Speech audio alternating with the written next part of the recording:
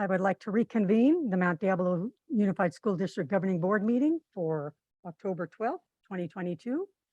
And we will do that by starting with our Pledge of Allegiance. Please join me. I pledge allegiance to the flag of the United States of America and to the republic for which it stands, one nation, under God, indivisible, with liberty and justice for all. Thank you. And we acknowledge that we are on the ancestral land of the Bay Miwoks and the Yokots.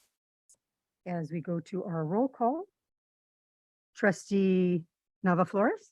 Here. Trustee Count. Here. Trustee Mayo. Here. Vice President Zawi. Here. And Trustee McFerrin. Here. Trustee Mason is here as well. 6.3, review and potential approval of minutes for regular board meeting.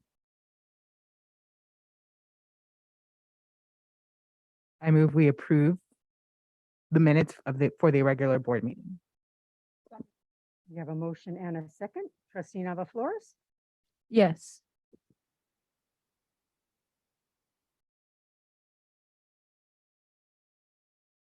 And those are approved, 5+1. And we now have the review and potential approval of the agenda. Any changes? Okay. Madam President, I move the board adopt the agenda with such changes as may be necessary to be determined by the chair. Second.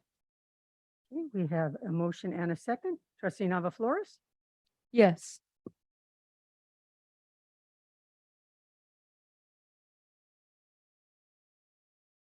And that passes 5+1.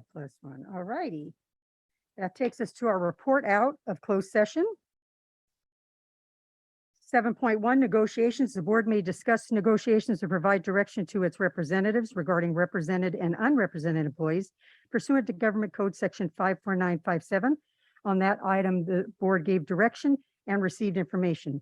7.2, discipline, dismissal, release, or reassignment of public employee, Government Code Section 54957B1. The board received information. 7.3, public employee performance evaluation superintendent. The board received information. 7.4, expulsion of student 02-23 from the Mount Diablo Unified School District.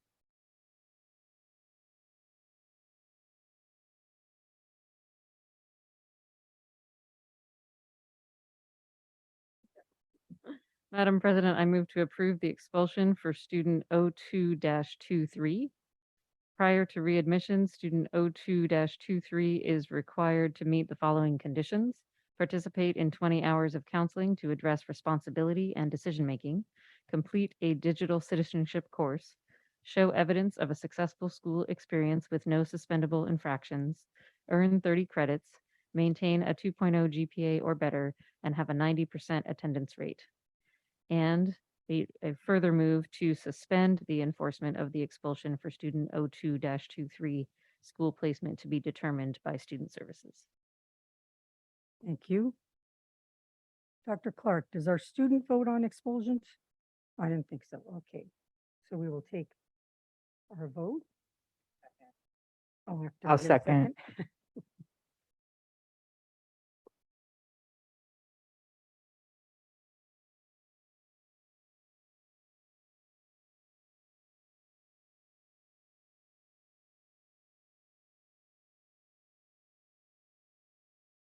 And that passes 5-0-0.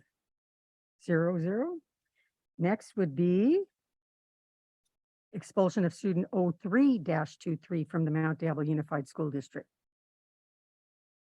I move to approve the expulsion for student 03-23.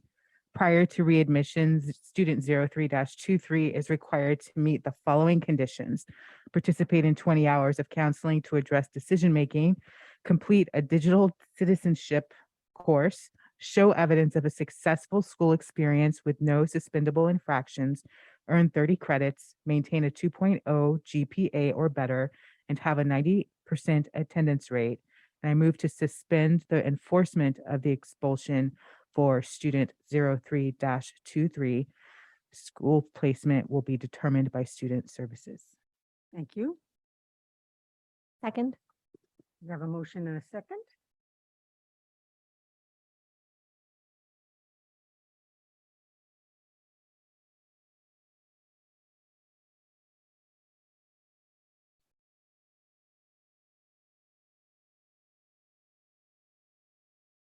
And that passes 4-1-0. Okay. We now have our public comment.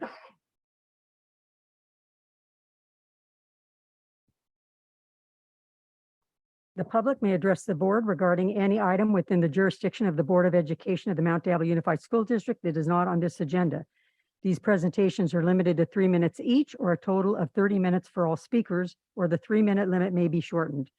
If there are multiple speakers on any one subject, the public comment period may be moved to the end of the meeting. Speakers are not allowed to yield their time. Our first speaker is Kip Penovich.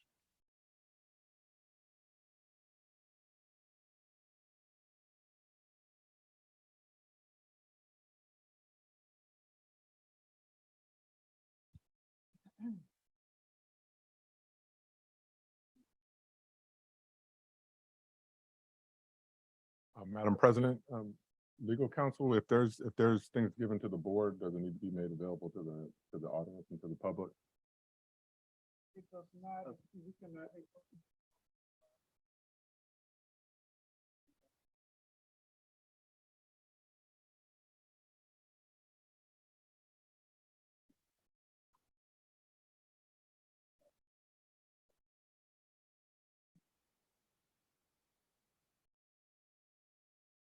One of the phrases that has come up during our last negotiation was attracting and retaining the best teachers. And one of the primary ways you do that is through your compensation. And so during the negotiations, I prepared the top graph to kind of show where Mount Diablo sat with respect to the surrounding districts. And the dark bar is Mount Diablo. And you can see that before we ratified our contract, we were 6th from the bottom. After the first year, even though we had a 4% increase, we actually moved backwards 1 step with respect to all the surrounding districts. This year, and you can see that in the second chart. This year, we had a 4% and then we got an extra 1.5%. You can see that with the total 5.5%, it looks decent. We're in the 10th spot. But if you note the diagonally shaded districts, they are all in bargaining this year. And more than likely, they will get more than 3.5 or 4%, in which case the 5 districts that are immediately to our right will leap over us and pass us, and we will be back to being in 5th place. And that's with 9.5% over 2 years.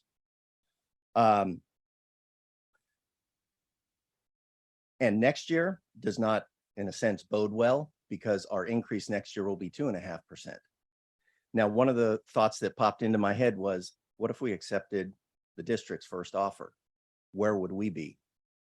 I think we'd pretty much be dead last. So when it comes to saying that you value your employees and their ability to earn a living and get a working wage so they want to stay in the field, I think there's a lot left there.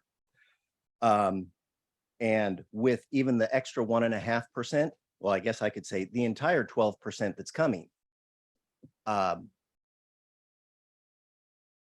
was battled to get. The highest offer we ever got from the district was 7%. And we had to go to the brink of a strike to eventually get 10.5. And then when there wanted to be offered extra bonuses, you wouldn't be able to do that without a negotiated agreement. And so that allowed Medea to negotiate an extra 1.5. So I don't really see any of these increases for these 3 years as ever really organically coming from the district. Teachers had to demand it and they had to get active. And I think that's kind of sad when you have people saying, do I want to work for a district like that?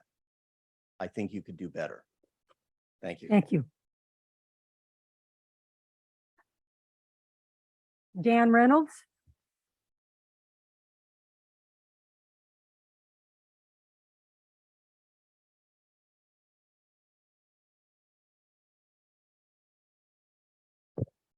Good evening, all.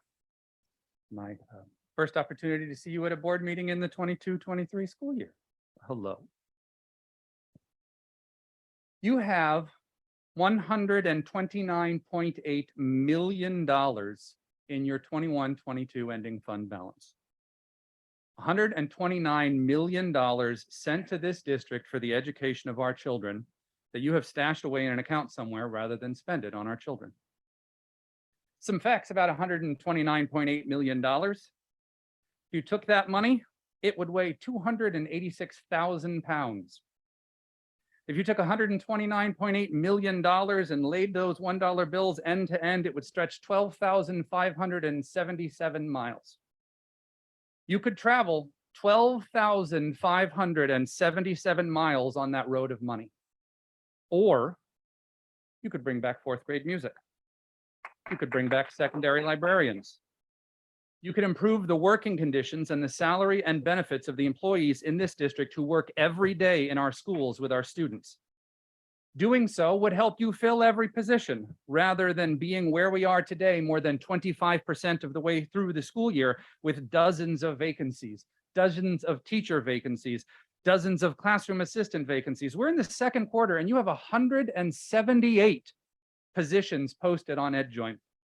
You could spend some of that $129 million to address that. You could bring back fourth grade music. You could restore secondary libraries. You could lower class sizes. You could bring back fourth grade music. You could restore secondary libraries. You could provide materials educators need to teach our students instead of having them pay out of their own pockets, because they seem to care more about the students in their classrooms at times than you do. In the spring of this year, late winter, you were told by your failed CBO, who gets basic math wrong and misleads the public, that in the 21-22 school year, you would have a $6.4 million deficit. It's in your first interim. You should look at it. Your failed CBO was wrong by $47 million. Your failed CBO was wrong that year before you made the cuts. You did not need to make cuts to fourth grade music or secondary libraries. There was no deficit last year. There was a $40 million plus increase to your ending fund balance last year. Do what our kids deserve. Restore fourth grade music, restore secondary librarians, spend the money you received in order to educate our children, and use it to educate our children. Thank you. thank you. Next is Allison Fahey.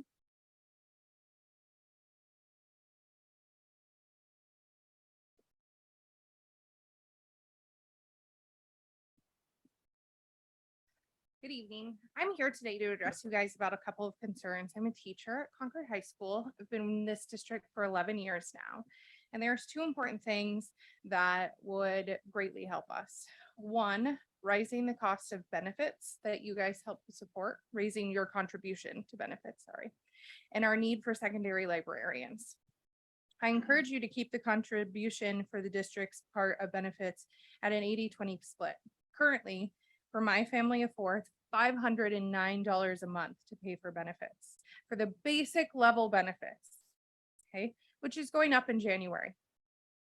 In order to attract and retain teachers, we need to address the cost of benefits. The district contributing more benefits would help attract more teachers. In San Ramon, they pay 100% of the benefits. Pittsburgh is very similar. Antioch's pretty close to that as well. And those are all very neighboring districts that are in the same situation, but they're paying higher benefits and they probably don't have as many openings as we do. We are currently 3 teachers without, or 3 positions at my site alone without teachers. That's 450 students roughly every day that are in a classroom without a teacher, and having higher paid benefits and being able to raise the salary with your extreme amount of excess cash would definitely be beneficial to our school. We also currently don't have an instructional media assistant or a librarian, which means where do our students get books? Yeah, I know how they do it. I have to get a key, go into the book room, get the book for the student, assume that I know which book is correct other than the ones for my own, then call someone to have them check it out. Now let's talk about recreation reading. They have no access to the library. So if a kid just wants to read a novel on the weekend, they have no access at school. We're supposed to be a place of learning and they can't even get a book right now. That's failing our students. We're failing them. They're not getting the critical needs. We're not instilling lifelong learning. We're not instilling the joy of reading because they don't even have access to do books. We need to do better as a district. There's no reason for our kids to not have that access. There's no reason. You could take 129 of those $1 million and start giving us a librarian at least a day a week so they could come and check out a book. But right now we have none of that. I got into teaching to inspire, not to tell a kid, sorry, can't have books. Have a great night. Thank you. Craig Yen.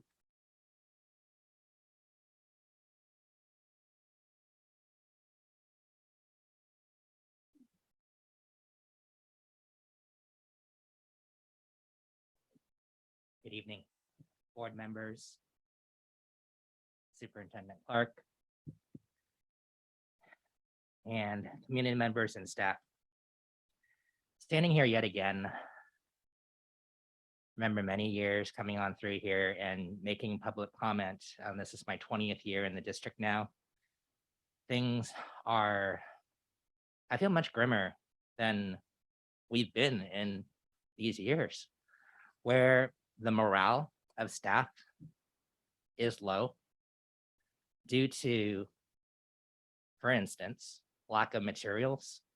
Our newly adopted science program sits in boxes waiting to be barcoded, which basically means put a little tag on the side of a box and then hand it to a teacher where all those items can get anywhere anyway.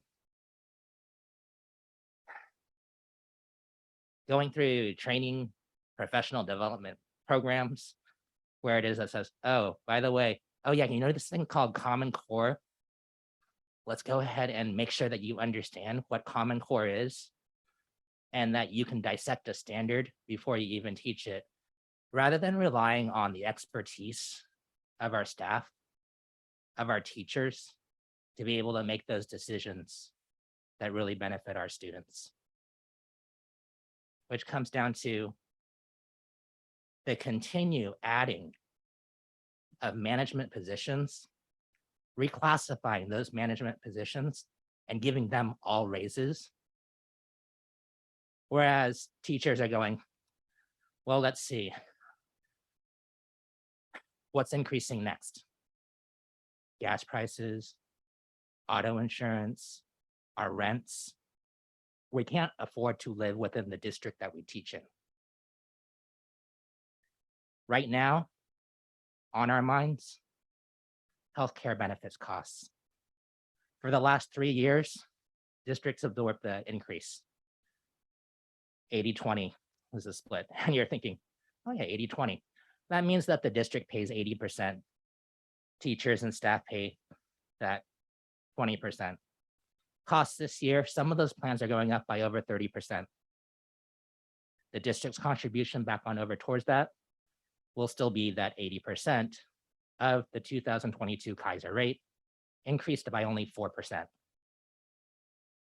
It's actually increasing 6.33%. So that 2.33% passed on to guess who? Those people that are in your classes, that are without librarians, without fourth grade instrumental music, without counselors, without librarians. It just doesn't work without materials to teach with. You need to show us more respect by your actions. Thank you. Thank you. Jane Bullock Enlow.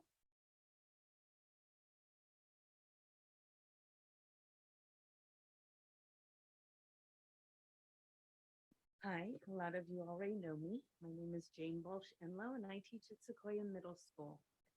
And I'm here to talk about the medical benefits. The past precedent for the board was to approve the 80-20, no matter how high it went up. It went up over 4% the past 2 years. And you paid it because your CBO unfortunately was not good and did not know it was coming up. So you were like, oh, okay, we'll just pay it. Okay. And so you have. And now all of a sudden you want to change it because the contract says so. Well, that's awesome, but you have $129.8 million. And there's no reason not to say yes to it this year. Not for every year, this year. I'll go 1 year at a time. I'm okay with that. You're taking money from teachers and they are going to different districts. And I have one from my school that did it this year. Over the summer, they went to San Ramon as a science teacher. You will lose teachers. Not only will you have the 100 openings you already have, you're going to have more. And it's only going to get worse. And it's only going to make the district that much more lower on the totem pole. And people won't want to come to this district. It won't be a magnet district like I want it to be. So I would really like to have you, one simple solution, at least one of the simple solutions is to give us the 2080 and just be kind. I have a button on and it says the following: I'd like respect reflected in my paycheck. Thank you. Thank you. Linda Ortega.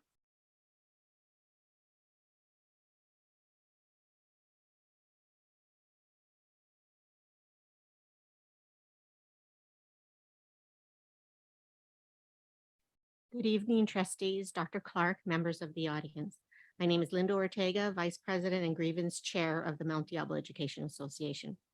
Last month, I came before you to report on the many class size grievances, or for the audience, class size overages, that many of our teachers have filed against the district.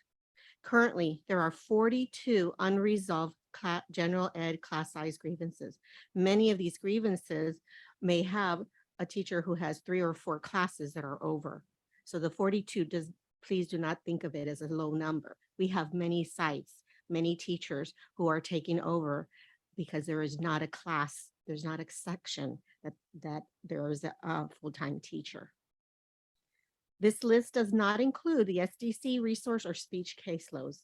It's also among those classes. I'm here tonight to inform you that these overages need to be addressed. Our Medea members are exhausted with all the extra demands on them, especially with new programs without curriculum, and that they have to implement in their lessons and the many trainings they have to attend. Every day, I get at least 1 or 2 emails from our new members sharing that this is not what they had signed up for. This is not what I want my days to be. They tell me that they want to teach, and all the extra interruptions and expectations take their valuable time away from teaching and the students that they've come to love. Since returning to school, what all educators have learned and have heard was how they need to show grace and teach social emotional lessons. And we understood that. But where is the grace and social supports for our educators and staff? We want respect. We want to be acknowledged. We want to be heard. We want to be seen. When was the last time one of you offered to volunteer in a class? I'm not asking if you have visited class, but actually helped sit down and helped a student so that the teacher can work with the other student. Mrs. Mayo, when I was in the classroom, you would come to my classroom. I would invite you to read to my students. The kids loved it. I loved it. And you seem to really enjoy those moments. Dr. Clark, when was the last time you visited a class and read to students, or helped with a project, or gone on campus to start a game of basketball? Because I know you love sports. Kids love it when staff join them in a game. All across this district, I have visited sites where nurses, librarians, music teachers, TIS coaches, counselors, and all the other Medea members, and how they support our classroom teachers. Their work is just as important and should be acknowledged as well. I have also visited sites where teachers who teach our littlest students all the way to our students who are getting ready to graduate.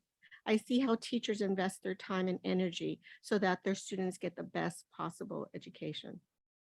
And in closing, I just want to add, our profession is facing a very serious educator shortage, as you heard from some of our members. There is not a day that goes by that I do not hear from a member who tells me that they cannot continue with these demands, that they are exhausted, and that the admin does not support them. They tell me that they hate to leave a profession that they have loved, but that they will. So my last question is this: how are you, the leaders and community members of this district, going to support our educators so they do not leave? Thank you. Thank you. Next is, I'm going to try to get better, Jafrina Whitefield. Closer? No. So Joffrey, like Joffrey. Joffrey Ballet, Joffrey Aw, Whitfield. free. Good evening to Dr. Clark and the school governing board. It is time. The money is there, and it is time to reinstate fourth grade elementary instrumental music. Thank you. Thank you. Lucia Chavez.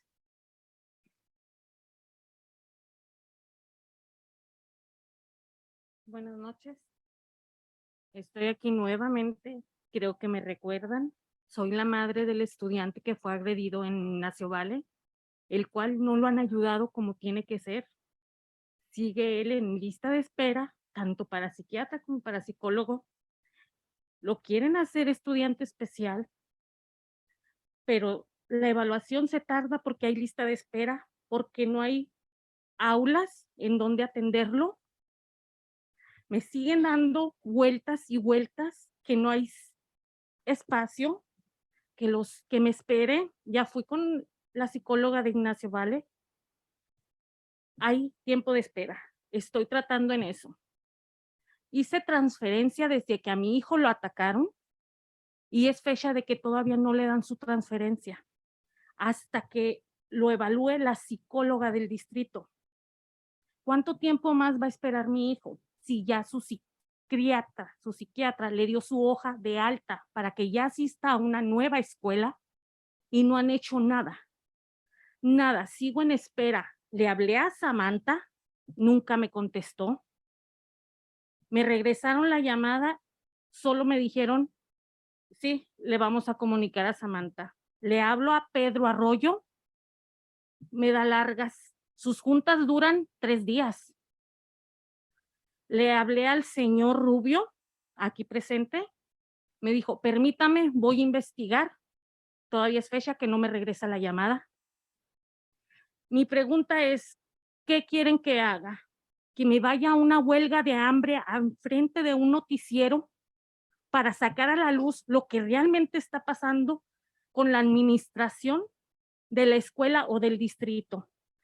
Le hago entrega de un USB con las peleas grabadas de todos los niños que se agreden y la escuela o la administración no hace nada. Mi hijo tiene ganas de vivir y salir adelante. Ocupo que lo atiendan. No estoy pidiendo dinero porque sé que el dinero lo tienen. No estoy pidiendo dinero. Quiero atención. Es lo que quiero, solamente que a mi hijo no me lo ignoren. Porque ustedes son padres, abuelos, tíos, tienen hijos, sobrinos. Ayúdenlo. Es lo único que pido. Gracias. Thank you.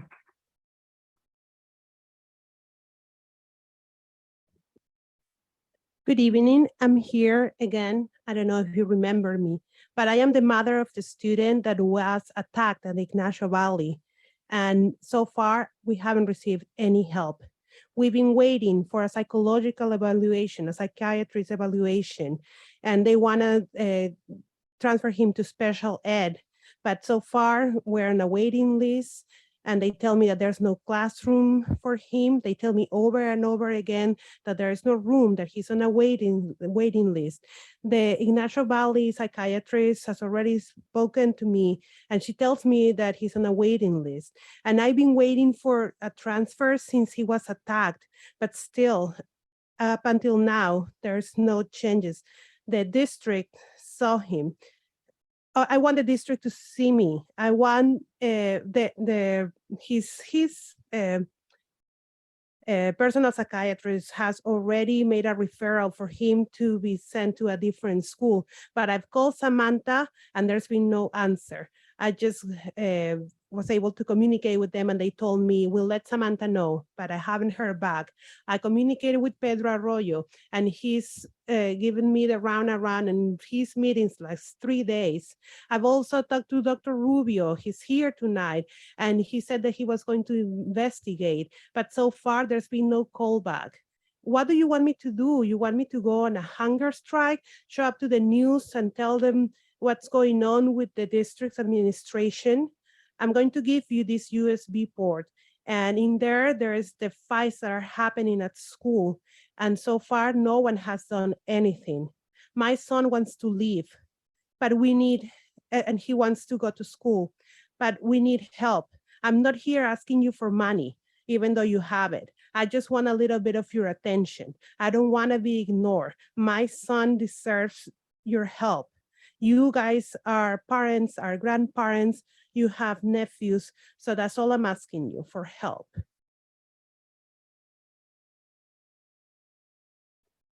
And thank you for coming again, and your words are heard.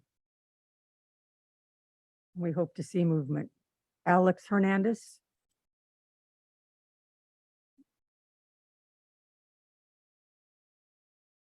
Good evening, Dr. Clark, board members. My name is Alex Hernandez. So I'm just here to ask if you guys can accelerate the process so our son can get the help that he needs.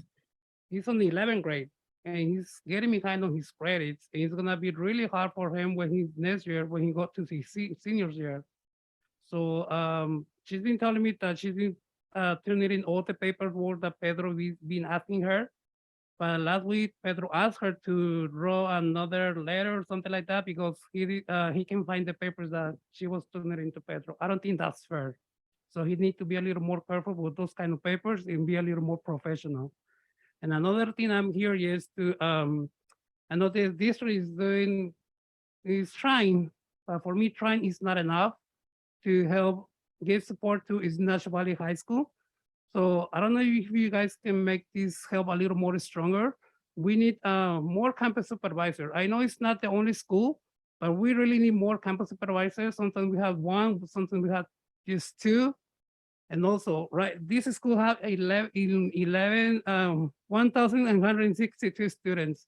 I think that school needs another vice principal because I think the 3 principals that we have, they're doing their best, but I think they need more help. We need more attention at Ignacio Valley High School. So thank you for your time. Thank you.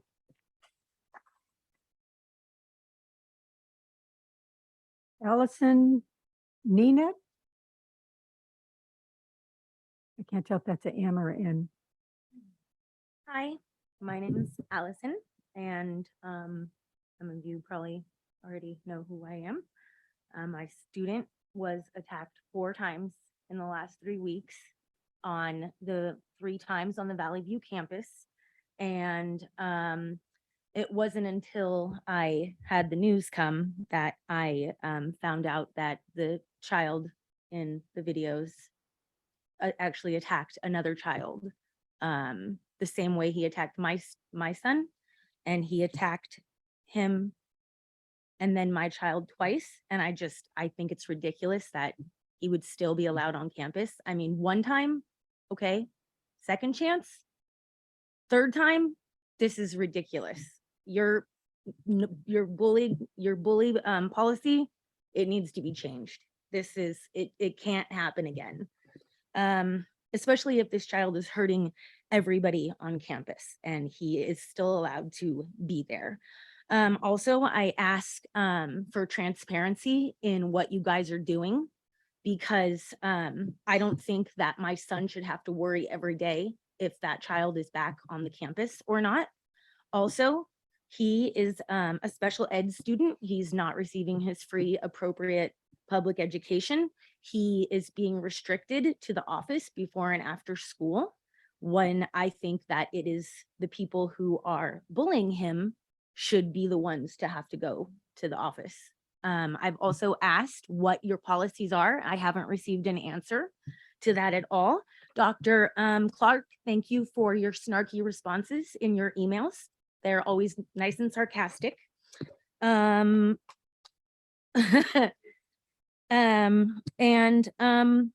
want a zero tolerance bullying policy in the school district, because we all know what happens when children get bullied. And I would hate to see that happen to this district with what you guys put up with. Thank you. Thank you. Okay, I think that concludes. Oh, we got another.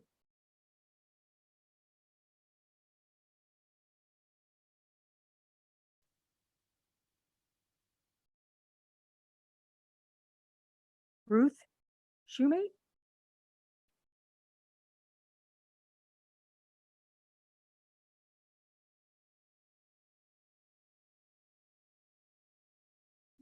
Dr. Clark and board members. Excuse me. Thank you for the hard work and many hours you put in for our students. I appreciate that.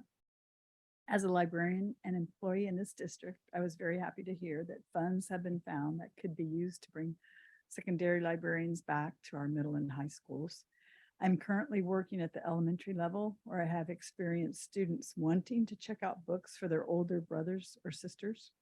When I ask, why doesn't your brother or sister check out their own book? They sadly tell me that the library at their sibling school is not open. This situation is not equitable. Some students have access and some students do not. We also have studies that show that students with access to a credentialed school librarian have higher reading scores, which is what we all want. One of the few places that many students feel safe and comfortable during break and lunch needs to be made available again. Please vote to fund the secondary librarians. Thank you. Thank you.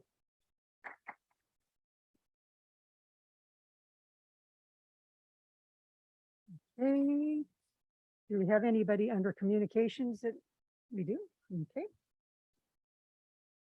District organizations, at regular board meetings, a single spokesperson of each recognized district organization may make a brief presentation. Mark Jones.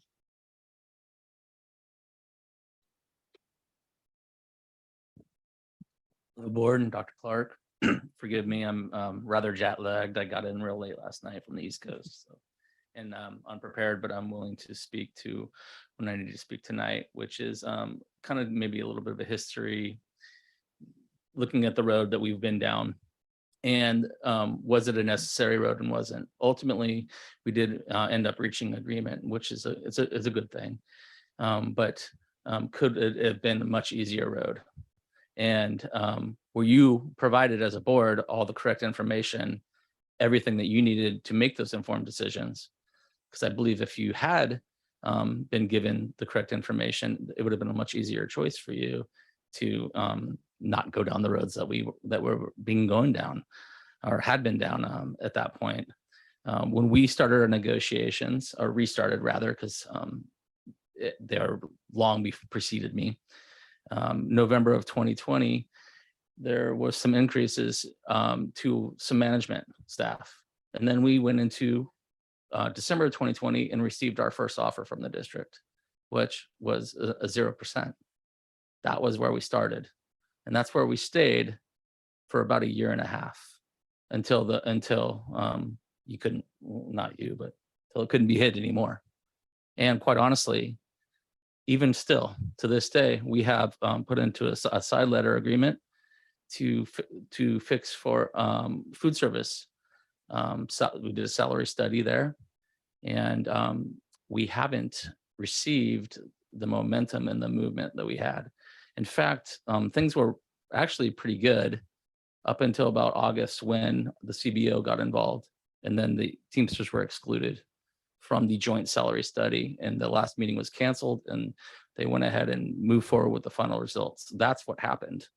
And we've been asking for negotiation dates since then and had zero response. Not even a no, but no response. This is for the lowest paid employees in the district. These were for the people that were out on the front lines the entirety of COVID. And these are people, quite honestly, that have been under prioritized for far too long, and they're not the only ones. I second the sentiment that was it necessary? I don't know. I don't know. But was it necessary to cut fourth grade music? I don't know. I mean, was this necessary? Was that necessary? What's being prioritized now? We had a FICMAT report that shows how under prioritized classified staff has been.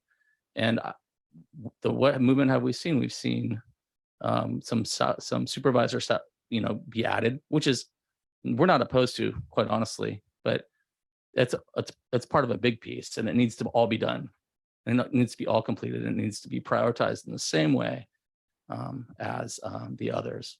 So that's really what I came here tonight when you're considering later on tonight any sort of new agreements. So I appreciate your time tonight, and I hope you make a great decision. Thank you. Thank you. All righty. That takes us to 10.0, recognitions and resolutions.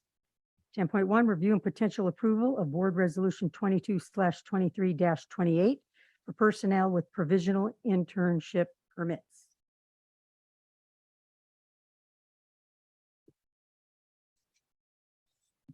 Sheehy is going to stand in for this item, but are there any questions? Madam President, I move to approve Resolution 22/23-28 for provisional internship permits. Second. We have a motion and a second. Trustee Nava Flores? Yes. And that passes 5+1.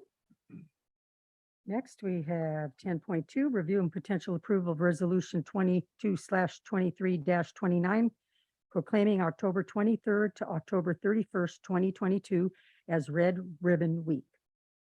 Great. Thank you very much, Madam President. I bring before you Resolution 22/23-29, whereas alcohol and other drug abuse in this nation has reached epidemic stages, and whereas substance abuse is damaging to one of our most valuable resources, our children.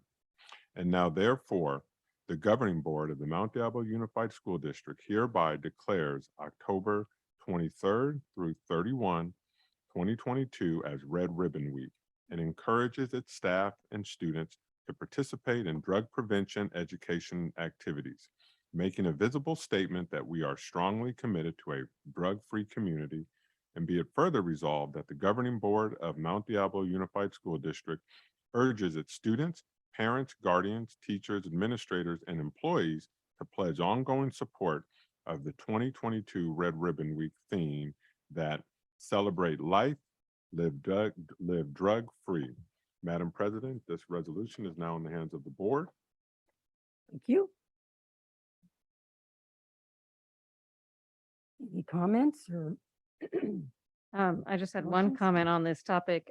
Just to let people know that next Tuesday night, the Concord City Council has a meeting to discuss whether they're going to prohibit flavored tobacco and vaping products.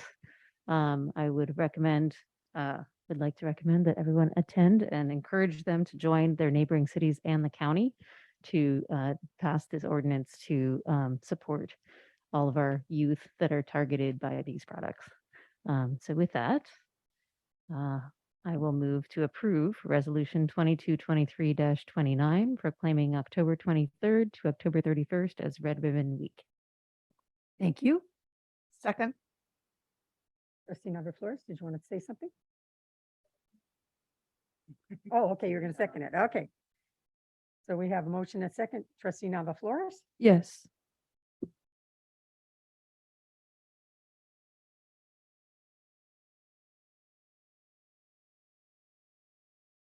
And that passes 5+1. Okay. 11.1, review and potential approval of personnel appointment, program specialist categorical program site-based at Olympic Alliance. Dr. Clark. Yep, and we have Mr. Sheehy is going to take this item, and we're very excited about these next 5 items. Excellent. The Human Resources Department is bringing for the board's review and potential approval the appointment of Colleen Martin for Program Specialist, Categorical Program Site-Based Position at Olympic Alliance.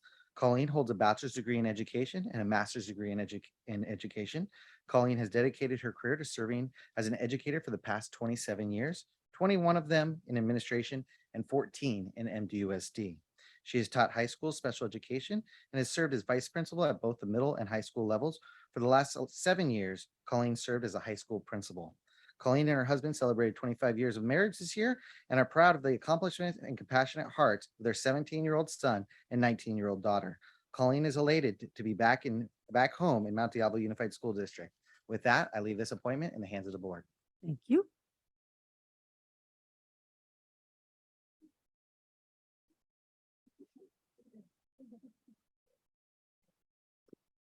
Madam President, I'll move that the board approve the appointment of Colleen Martin for Program Specialist Categorical Program Site-Based at Olympic Alliance. Thank you. Do we have a second? Second. We have a motion and a second. Trustee Nava Flores. Yes.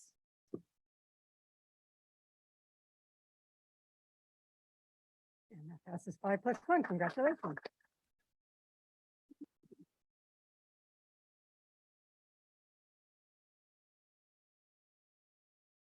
Good evening, trustees, Superintendent Clark, staff, and community members. Thank you so much.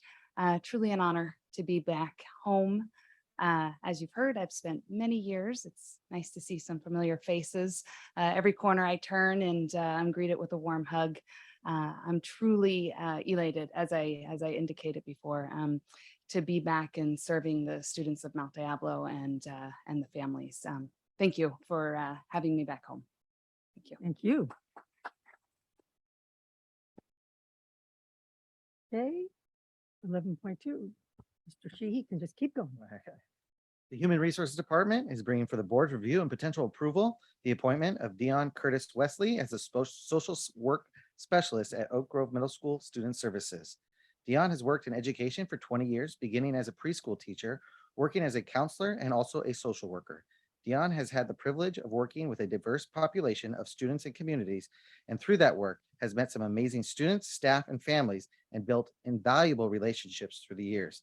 Dion holds a bachelor's degree with focus on mental health and sociology and a master's degree in social work. Dion is a homebody and that loves to cook, sing, watch scary movies, or true crime stories, documentaries. She is a mother of 2 sons and a grandmother of 2. Dion is excited to start her new position of social work specialist and the work that lies ahead. With that, I leave this appointment in the hands of the board. Thank you. Madam President, I move to approve Dion Curtis Wesley as social work specialist at Oak Grove Middle School. Second. You have a motion and a second. Trustee Nava Flores. Yes.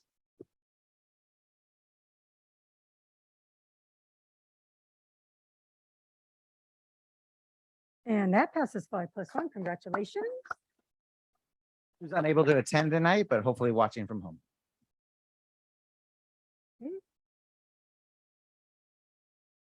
11.3, review and potential approval of a classified personnel manager, accounting supervisor.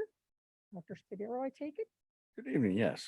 The Human Resources Department is bringing for the board's review and potential approval the appointment of Dee Dee Blankley as the accounting supervisor in the Budget and Fiscal Services Department. Dee Dee's work in education began with volunteering in her children's schools. She worked as a noon supervisor, a CSEA sub, a long-term sub in accounts payable, an accounts receivable senior account clerk, and most recently as a fiscal analyst 1 in the budget department. Dee Dee holds an associate's degree in business management. Dee Dee and her husband have lived in the MDUSD area since their kids started school and have enjoyed watching their children grow up in this school system. With that, I leave this appointment in the hands of the board. Thank you. Madam President, I move the board approve the appointment of Dee Dee Blankley as the accounting supervisor for Mount Diablo School District. Second. We have a motion and a second. Trustee Nava Flores? Yes.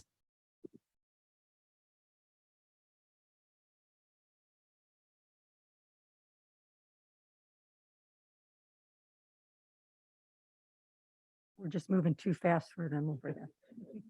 There's no problems here. There you go. Come on up.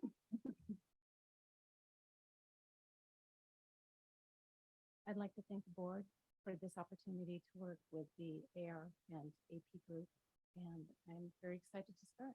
Thank you. Thank you. Another one? Okay. Moving on to 11.4, Mhm. the Human Resources Department is bringing for the board's review and potential approval the appointment of Chad Voss as the Food Warehouse and Distribution Operations Manager in the Food and Nutritional Services Department. Chad comes to MDUSD as the former Director of Operations of several multinational corporations and AT&T Park with 20+ years of food and beverage experience. In his spare time, Chad enjoys spending time with his children, coaching and umpiring baseball, and donating his time to nonprofit organizations. As a former student and current parent of students within MDUSD, Chad is eager and excited to be a part of the team and work with the MDUSD community.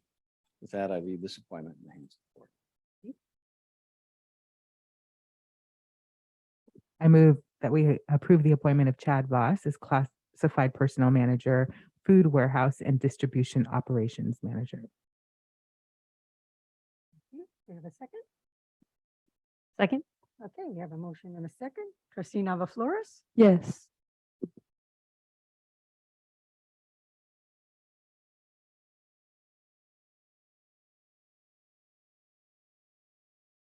And that passes 5+1.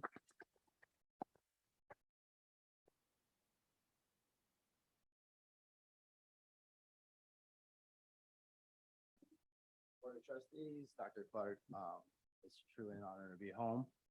Glad to be back with Mount Airy. Thank you. Thank you.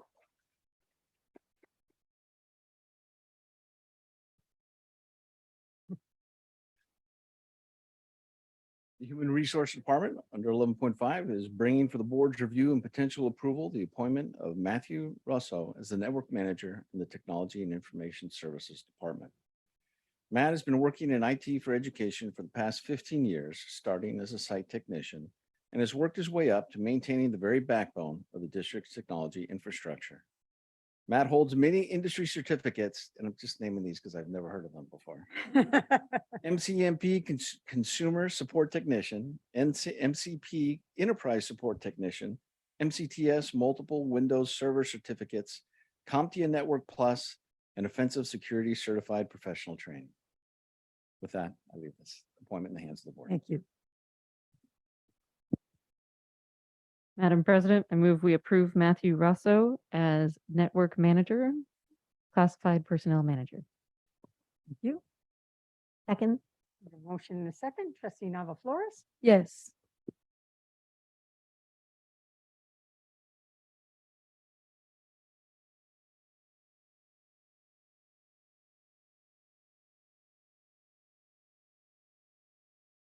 And that passes 5+1. Matthew wanted to say thank you, but was unable to be here at the board meeting this evening. Righty. Congratulations on all his certificates and expertise. Thank you. Okay, 12.0 reports and information. 12.1 dyslexia update. Dr. Clark. Yeah, so I have Dr. Geely is going to present this presentation, and we're excited to again hear about what's going on in our district around dyslexia. So Dr. Geely, Hello. This is a very hot topic. is that and is that mic on or pull it closer? I'll just have to lean forward. I'm very tall. It'll move. So if it leans forward. There you go. Okay, is that better? Okay, I'm technologically challenged. And I also have here today 2 members of our Community Advisory Committee Subcommittee for Dyslexia. So the Community Advisory Committee is obviously our parent and community members who are Advisory Committee to the board on matters related to special education. They actually have 3 subcommittees and dyslexia is one of them. And so we have Heather Martin and Rachel Levy here this evening. They'll be adding comments afterwards even. All right. So going ahead and starting with dyslexia, we know that about 44% of students with special education are identified as under the category of specific learning disability. There's 13 eligibility categories. This is one of them. For Mount Diablo specifically, we have about 4,100 students with disabilities in the district. 1,541 of them are students with a specific learning disability as of Friday, but that number may have changed since then. So just if we know statistically that about 70 to 80% of those students have dyslexia, that means about 1,200 kids. We also know, though, that there are other students who may have dyslexia, who may have a milder form of dyslexia, who may have received instruction that enabled them to learn to read in general education, so the number may be larger. It's very possible for kids with dyslexia to learn in a general education class with the right supports.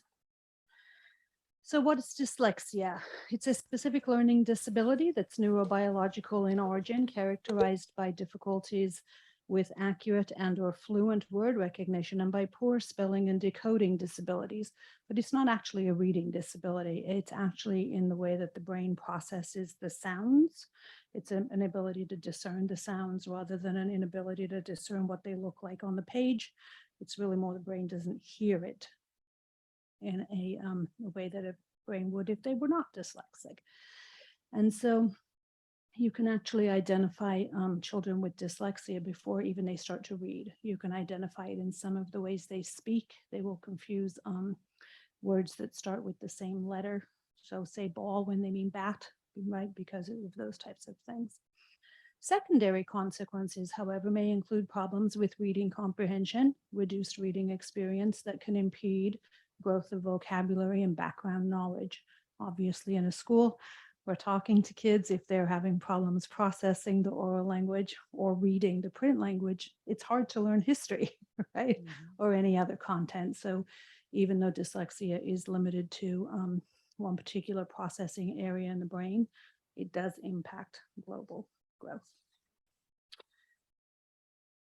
It can also, it involves, again, I talked about detecting and discriminating differences in phonemes. So phonemes are just the sounds. In this country, we learn the alphabet ABC. In many other countries, they learn the phonetic alphabet, A, B, C, D, right? So it's easier to learn to blend those phonemes, those individual sounds into morphemes or words. But again, if you don't have that individual sounds processing correctly, it makes it a little more difficult to blend them and learn to read. And that's where we see that in younger children for errors in speech production, misperception of spoken language, and difficulty associating those speech sounds to the letters. Again, if you can't discern the sounds, it makes it difficult to see what they look like. It can also be the result of orthographic processing issues, however, and that's difficulty with spelling systems of a language. Rapid naming deficits, which is difficulty with accurate and fluent naming of the letters, recognition, specific word retrieval and reading fluency. Obviously, as things get more complex, you're using more brain power to do those tasks. Can be a result of chronic ear infections in the first 2 years of life as your brain is learning to discern sounds, and lead poisoning, actually. So when we go into the basic components of language, you can see that phonology is that basic word, the basic sounds.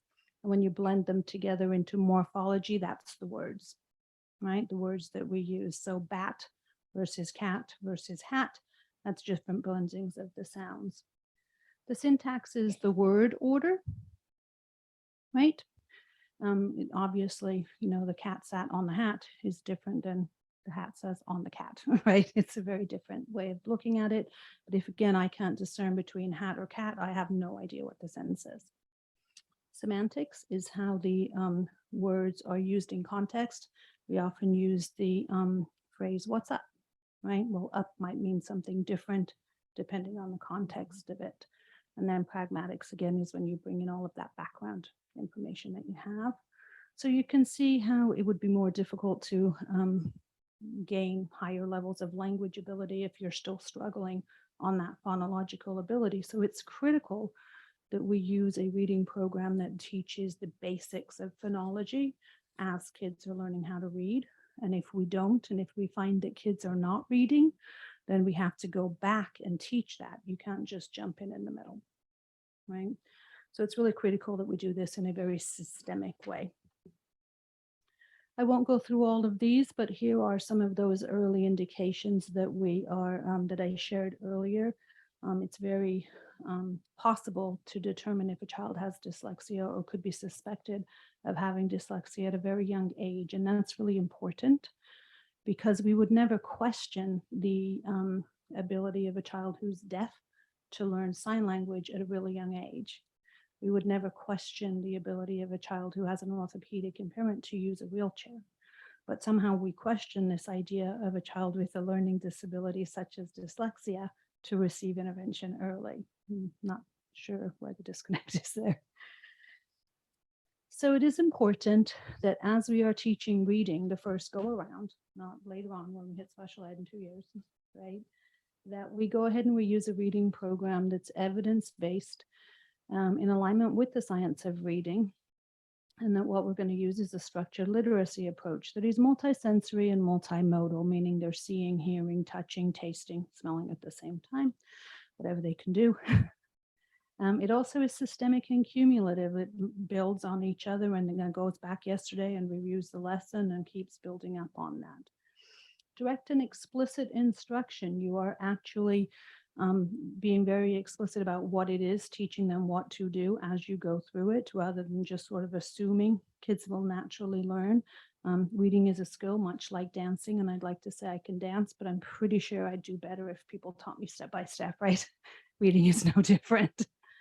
And diagnostic teaching and error handling, and that's when the child does make an error, correcting it immediately.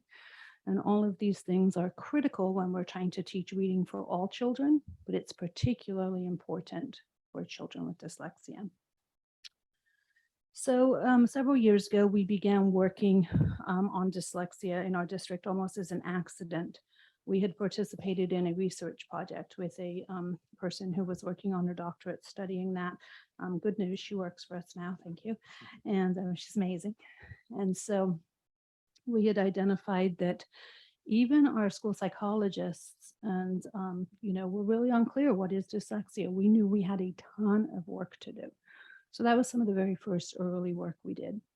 We also realized that we had our reading program in our gen ed system, but we didn't really have a consistent evidence-based multimodal reading program that addressed all of those issues, all of those particular points in special ed. So over the years, we've built out our programs. And so now we actually have 3. You'll hear Orton Gillingham-based approach, which is a very common approach in instructional programs for kids with dyslexia. And the first one we have is SPIRE, and that's sort of our broadest tier. That's available to all of our resource teachers at the elementary school, and then also our special day class teachers. And it's a 10-step, 60-minute lessons daily. So again, it's cumulative and it meets all of those points.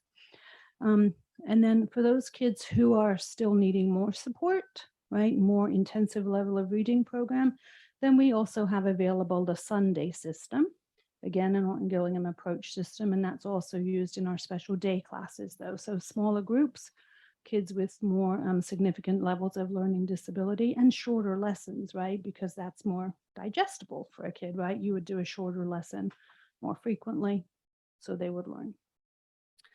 And then finally, this last year, we did our Lindenwood Bell program, and Lindenwood Bell is the the one everybody wants to go to, right? They're the ones who are going to fix everything. And so we do have several children who access the Lindenwood Bell clinics.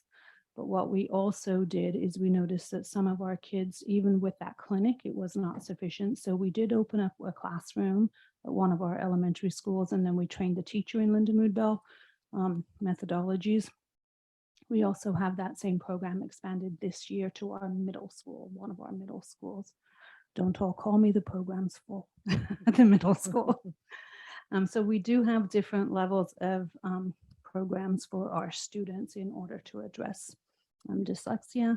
And, you know, our goal now is to make sure that they're being implemented with fidelity and growth is being measured. We also know that dyslexia is a hot topic right now across the entire country. It's not just our region. And we know that if we were to put these programs in our general education classrooms, we can reduce the number of children referred to special ed by 70% if we implement this through an MTSS model. And again, we've talked about early identification. We believe this is critical. Again, just like a kid with autism, you wouldn't want to start working with that kid when they were 7, 8, 10. You would want to do that when they were young.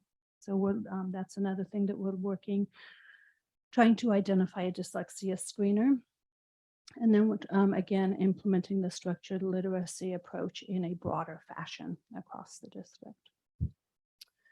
The universal screening that we're working on, we do have we have two kind of things happening in the district around dyslexia. The first one is our task force, which is district staff that really work on building out the curriculum and all of those things. And in addition, we also have the CAC advisory committee, subcommittee, working on different types of projects, different types of priorities. But this universal screener is something that we're working with across departments. We're working with our AR&E department, we're working with our curriculum department, and obviously our dyslexia specialist, because we are trying to identify a universal screener. There's all sorts of arguments backwards and forwards. The state proposes it every year in the legislature. Every year it gets voted down, but just because it's voted down there, it doesn't mean that we don't do it here. The key, though, is trying to find something that is, again, reliable, right? We know it's giving us good information. We have to consider administration time because we know that kids get over-tested or under-tested, and that, you know, that's a lot when you're in kindergarten, right? We also want to make sure that they're identifying the kids who are at risk accurately, and that training for teachers is readily available and easily accomplished. And that also available in multiple languages is an asset. And the reason I went through all those things first is because you may remember that a few years ago, we brought a project to you with UCSF where they were working on a dyslexia screener. We are still participating in that work with them. It's happening at about, I don't know, 8, 9, 10 of our sites. They've added more and taken some away. But we are adding that. They've increased that. It's not just for dyslexia anymore. It's also for other learning disabilities. But they did increase that this year to their Spanish version of that test. So that's a front runner. But because of the expansion in scope, it's taking a little longer. We also were looking at iReady, which is already our district assessment, but what we're seeing is that in its current format may be over-identifying kids when we looked at the data on that. And then also DIBELS next. And what I want to point out that many other states already have these screeners in place, so we're not reinventing the wheel. We're definitely, we're borrowing from them at this point, but this is a priority for us. And I know it's a priority on both the task force and the subcommittee. Here's our current sites for that multitude of screeners. Like I mentioned, we added Holbrook because that's our Spanish language site. We added Bancroft for the same reason because of our dual languages. And we also added Sequoia, L, and Westwood this year. We also, again, have that district dyslexia task force, like I mentioned, and really the main focus for that is really push out the professional development. You heard a report a few months ago about Bel Air and all of the work that they're doing. So some of that staff is involved in the task force too, and is being very helpful on that. And just a general increase in awareness of what is dyslexia and what are we doing and how to seek help for your child. We also have the community, again, the advisory committee, and they're working very closely with us to give input on some of our actions. So for example, as we're looking at like a new math curriculum for our special ed kids, you know, where we ran it, you know, this is what we're thinking of doing. They said, can we be part of it? Yes, of course. Moving on like that. We want to ensure that the dyslexia guidelines that were published by the state of California, that were co-authored by our very own dyslexia specialist, Kathy Futterman. She wasn't co-authored, but she was certainly on the committee for that. Are available at all of our sites, readily available. And again, continue to increase awareness of dyslexia to increase identification. What we know, the good news, is almost every child will progress yearly when provided with that systemic intervention delivered by experts. So that's our job, right, is to provide that, to make sure that our teachers have the training and the curriculum in order to be able to support our students. So there's a lot going on in this field, but we just wanted to catch you up a little bit on where we've been. Thank you. And now I'll turn it over to my friends.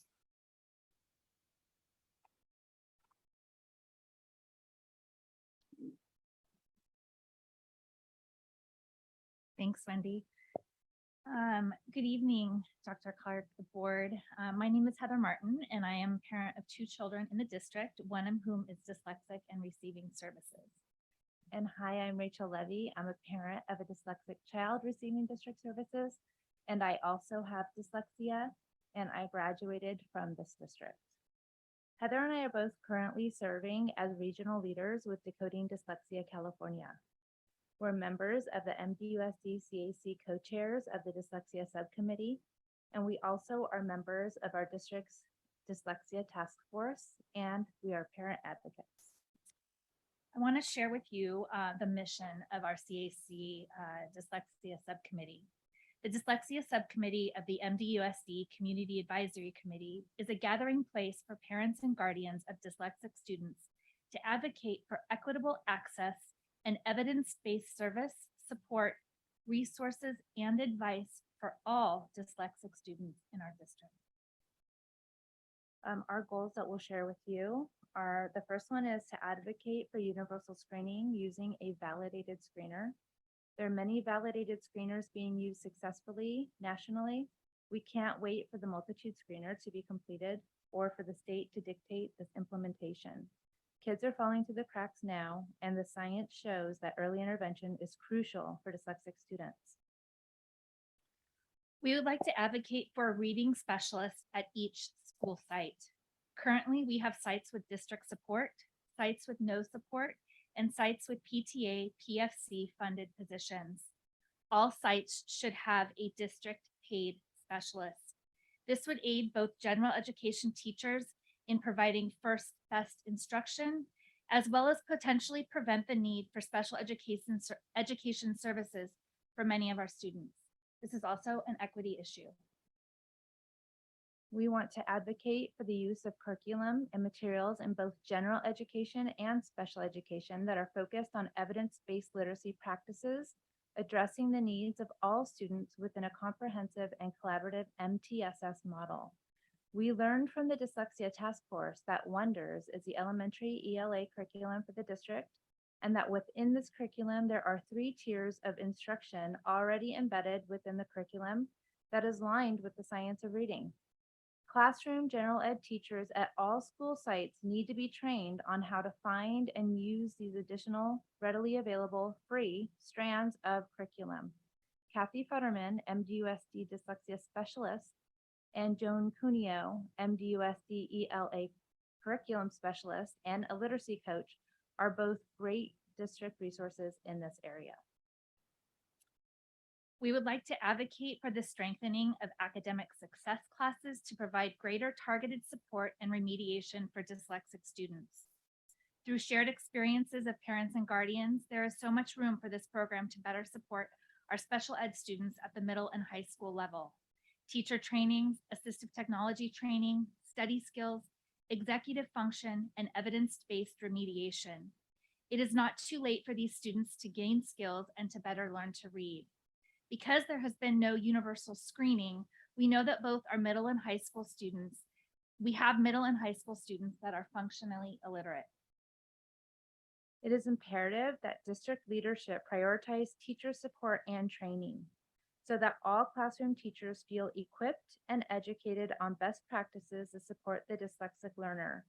They need lower class sizes, reading specialists at all sites, structured literacy training and support materials for all elementary teachers. And this support may also aid in the retention of our highly qualified staff, which has been a challenge for our district. We would like to highlight teachers within MDUSD who are implementing evidence-based reading strategies and early intervention and supporting our students with dyslexia. We would like to elevate what is working in hopes of sharing and replication across our district. In closing, we request that the board and administration ensure the inclusion of appropriate stakeholders and the creation of decision-making criteria as it relates to programs, services, and curriculum within MDUSD. There's a wealth of knowledge within our administrators, teachers, staff, students, parents, and community. We need to ensure that these voices are heard and valued. Thank you so much. Thank you. Thank you. And I want to thank you for giving your time, not only on the committee, but to come here tonight and present to us. Thank you. Any questions from board members? I just thank you all for presenting on this, as you said, a very hot topic. It's not just our school district, but definitely a point of discussion nationwide. So it's really great to see us. It feels like we're really, intentional about this work, and, we're on the cutting edge in some ways, and we can continue to be there because of all of your participation and expertise. And hi to Kathy, wherever she is tonight. I just had a question about the 3 dyslexia screeners that you're looking at. I see Multitudes, iReady, and the Dibbles. So is Multitudes, is that the one that is the UCSF, what they're just developing? Okay. And then are any of these ones that are been in use for a long time in other states? Dibbles has been in use for a very long time across other states, yes. And it's not just limited to these 3. These are just the 3 that we first initially looked at.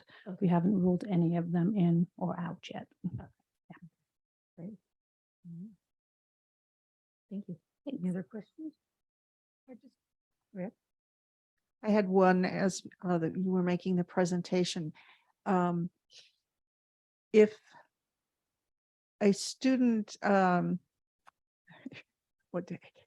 it's awkward to say that, if a student isn't identified with one particular type of screener, is a different screener attempted with that student to verify if there might be dyslexia? That's part of the consideration of when you adopt a screener. You have to look at what's your first level screener, right? So in one of the particular screeners, it flags about 80% of the first set. And then those students get followed up for an additional screener. And then you have to determine, okay, now what do we do with those kids? Do we start to pull them for small groups? Do we start to, look at other interventions? How does that work? Because information is critical that you have it, but once you have it, then you have a responsibility to do something with it. So there's usually multiple levels to sort of really ensure that you are serving kids appropriately, but also keeping them in a least restrictive setting. So it's kind of a multi-tier level of screening. Absolutely, yeah. Even the Multitude screener that they're working on, again, the same thing. It says, okay, flags these students, but really flag these students, right? Different levels. I just thought of one more quick question. Have we looked at, I know in many situations across the district, if there are very specific needs that we don't have the capacity to provide, then we end up with students that are going to non-public schools that we end up supporting them to get some very specific supports. Are we looking at, in the case of dyslexia, what those programs that students end up leaving our district to use? What screeners do they use? What sort of supports are maybe students finding success in some outside programs? Yeah, so typically the students who end up in those separate programs that are specifically designed for students with dyslexia, they've been identified already, right? They're not starting out with screeners. But what we did is we looked at their methodology and the programs that they use, and on that information is what we based our special day class at the elementary school. And also now at the middle school, okay, we need to use these particular strategies with those students. Again, knowing that we're competing with a school up the street, we'd rather keep our kids here if we can. So we built it and they came. That's great to hear. Thank you. Thank you for the report. It was very informative. Thanks. Anything. I have enough. Okay. Sorry. I never come, but when I do. Whew. So you're bridging over to the next report, huh? Yes, this one's really important. This one is, this is a hot topic across the state, boy. Gonna be hearing a lot about this one. So Bridge obviously is our transition program for students 18 to 22. And there was recently legislation that was part of the budget trailer bill that was passed in June, effective July 1st, that made some quite significant changes. And so I'll probably leave you with more questions, but at least you'll know the questions are out there, much like me. So transition is a process. It's defined by IDEA. It's a coordinated set of activities within a results-oriented processes focused on achieving academic achievement and functional achievement of a child with a disability to facilitate the child's movement from school to post-school activities. And I might argue we should probably do that for all children, but since this only technically applies to students who have IEPs, we're going to stick there. So technically what happens is at the last IEP before the child is 16 years old, that's the requirement, we have to create a literal transition plan that says, the child will go to X type of vocational program after school, X type of educational program. And if they're on a functional skills track, we have to do that too. We also have to make goals that the child will work on in those classrooms, as our friends were just speaking about from the Dyslexia Task Force. Our academic success class really is designed to work on specific goals with students, and those include the transition goals. So typically what happens in a school district, we have an either-or scenario where students either are working towards a diploma, they're taking a regular curriculum type program, or they're working towards a certificate of completion, right? And so obviously the diploma is aligned in more of our students with milder disabilities, our moderate to severe disability students. They often end up on the diploma track, and then they end up at Bridge, right? So they're not going on straight to a four-year college, although many do attend college after that. But that's sort of the difference in sort of how we think about it, right? We used to have to make that decision by 8th grade. That was taken out of the law. So now by 16, you're basically telling kids you're going to go one way or the other, right? And so the problem is, though, that after they graduate their 4 years of high school and we all head over to the pavilion and they get their certificate of completion, it's very fun. And then 4 years later, they walk out of Bridge and we have another award ceremony, usually at Loma Vista, and it's very fun. But essentially for the student, the outcome is the same thing, right? So we've been working really hard on how do we make Bridge meaningful? Right? What do we do in order to prepare the kids? We already know we have to have a meaningful set of activities. So this is the meaningful set of activities. But then this year, actually about 3 years ago, 4 years ago, a few regulations changed. And the first one is that the district was required to be in a partnership with Department of Rehabilitation, which is an agency that provides job support for people with disabilities, not just students. They do have to spend so much money of their budget on pre-graduate students, but we have to be in a three-way partnership with them. And then also the Department of Rehabilitation, which serves our students with more significant disabilities. And the goal was really to get adults with disabilities into integrated employment. So for a lot of our kids with disabilities, they would end up going to sort of sheltered workshops or protected jobs, right? But that changed a few years ago, where it had to be integrated, which really changed things for our students with disabilities. No longer could we send our Bridge students out as a collective, like they would all go work at the pizza place or Ross or, something where they would be learning job skills. And it really took away a lot of opportunities from Bridge. So we were faced with, how do we rebuild it? What do we do, right? Good news is we're in a partnership with Department of Rehab. Bad news is we can't do a lot of the things we're used to doing, right? You have to start from scratch. And the blueprint was just a blueprint for the idea, not a blueprint of what to do, by the way. So, but we did enter that partnership and things are going fine. But then this year in the trailer bill, this came along, and I won't make you read all through the whole thing. It'll take a long time, but the important word is shall. And what this said is that school boards shall exempt particular students from all graduation requirements in excess of the state minimum, which is 130.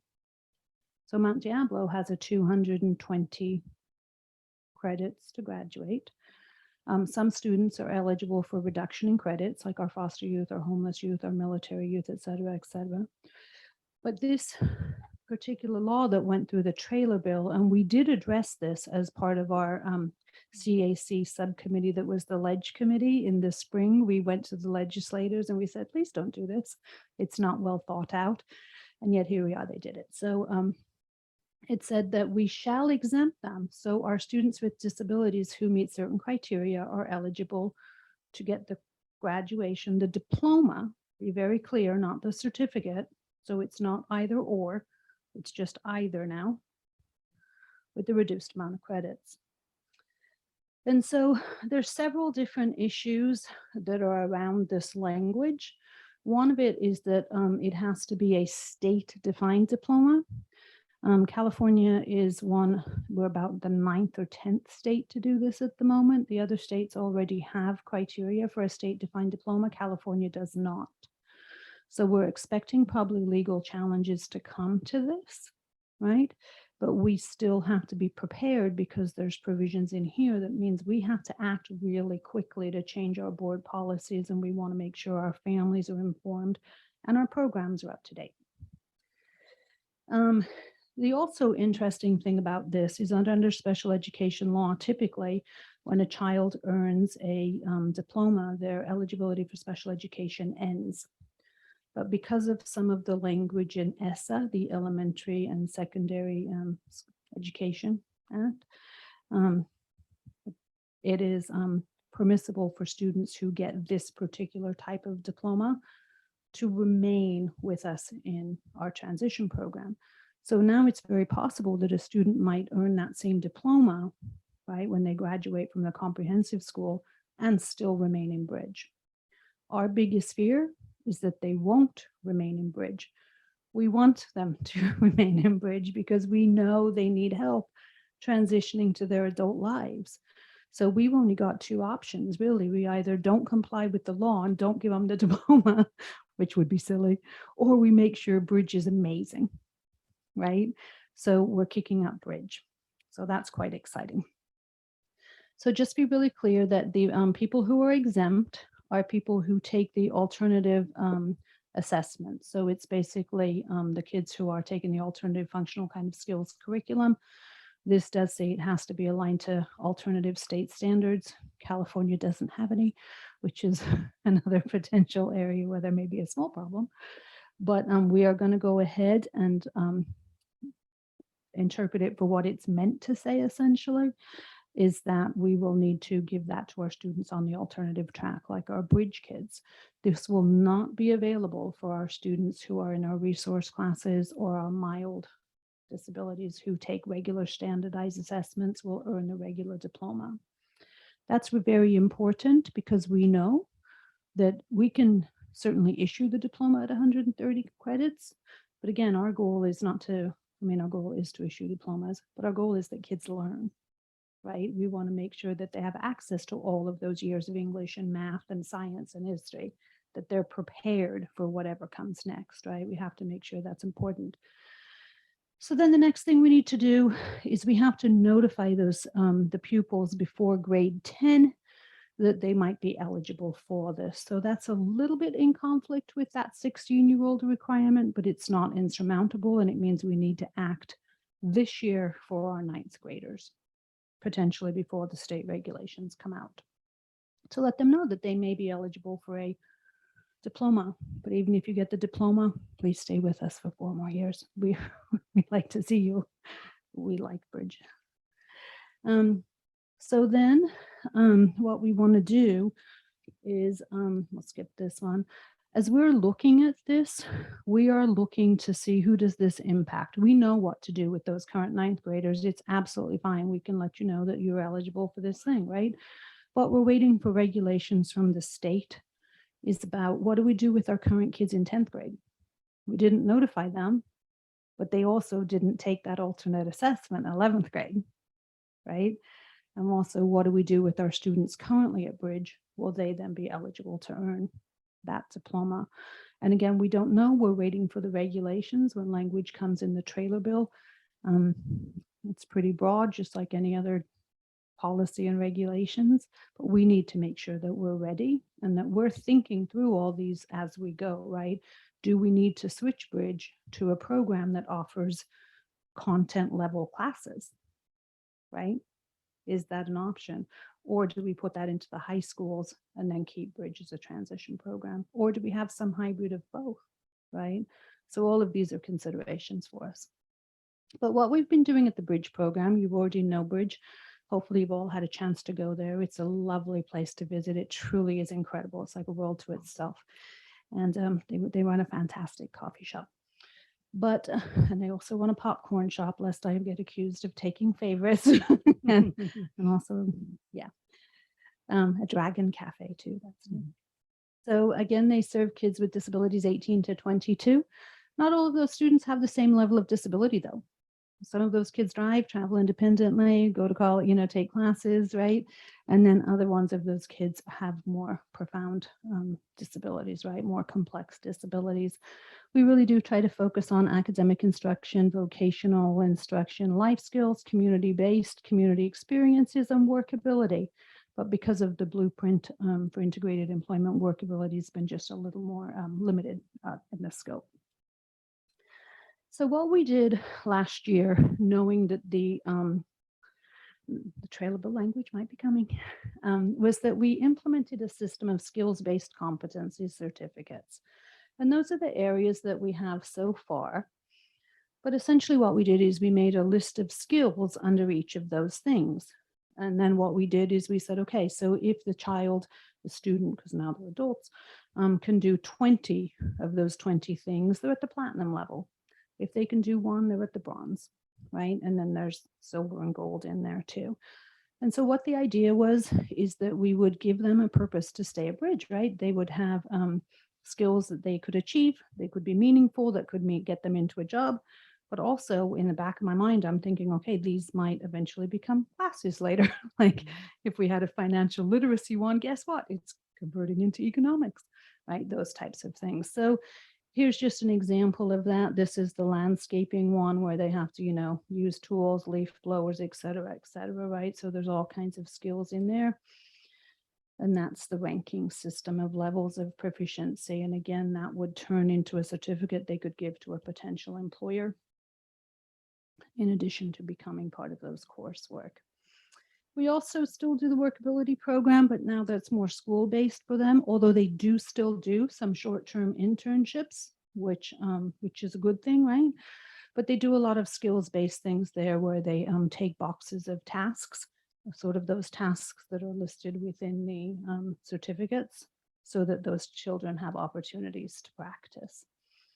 They also have their shops, like I told you about. They did have a regular car wash, but they have now switched to a waterless one in recognition of the drought. It's not a bad deal for 20 bucks, I'm just saying. So please stop by and patronize them. We also purchased the PAYS lab this year, and that is actually, it's literally that. It's a lab. It's set up like a workspace, and so the students have to punch in with timesheets. And again, it's called an assessment system, but it functions much the same way that our certificates function, but more discrete. And so that was installed last year, but we're moving it this year just due to some technicalities with staffing. So it should be opened any day now, again, in its new location, which is conveniently right next to the office for Bridge. It's in that same sort of building. And again, what we want to do is increase those certificates in the future. again, and possibly expand them out to courses in order to meet that graduation requirement. Increase our volunteer opportunities for the students, because even if their work has to be integrated, right, through workability, you can gain a lot from volunteerism, right?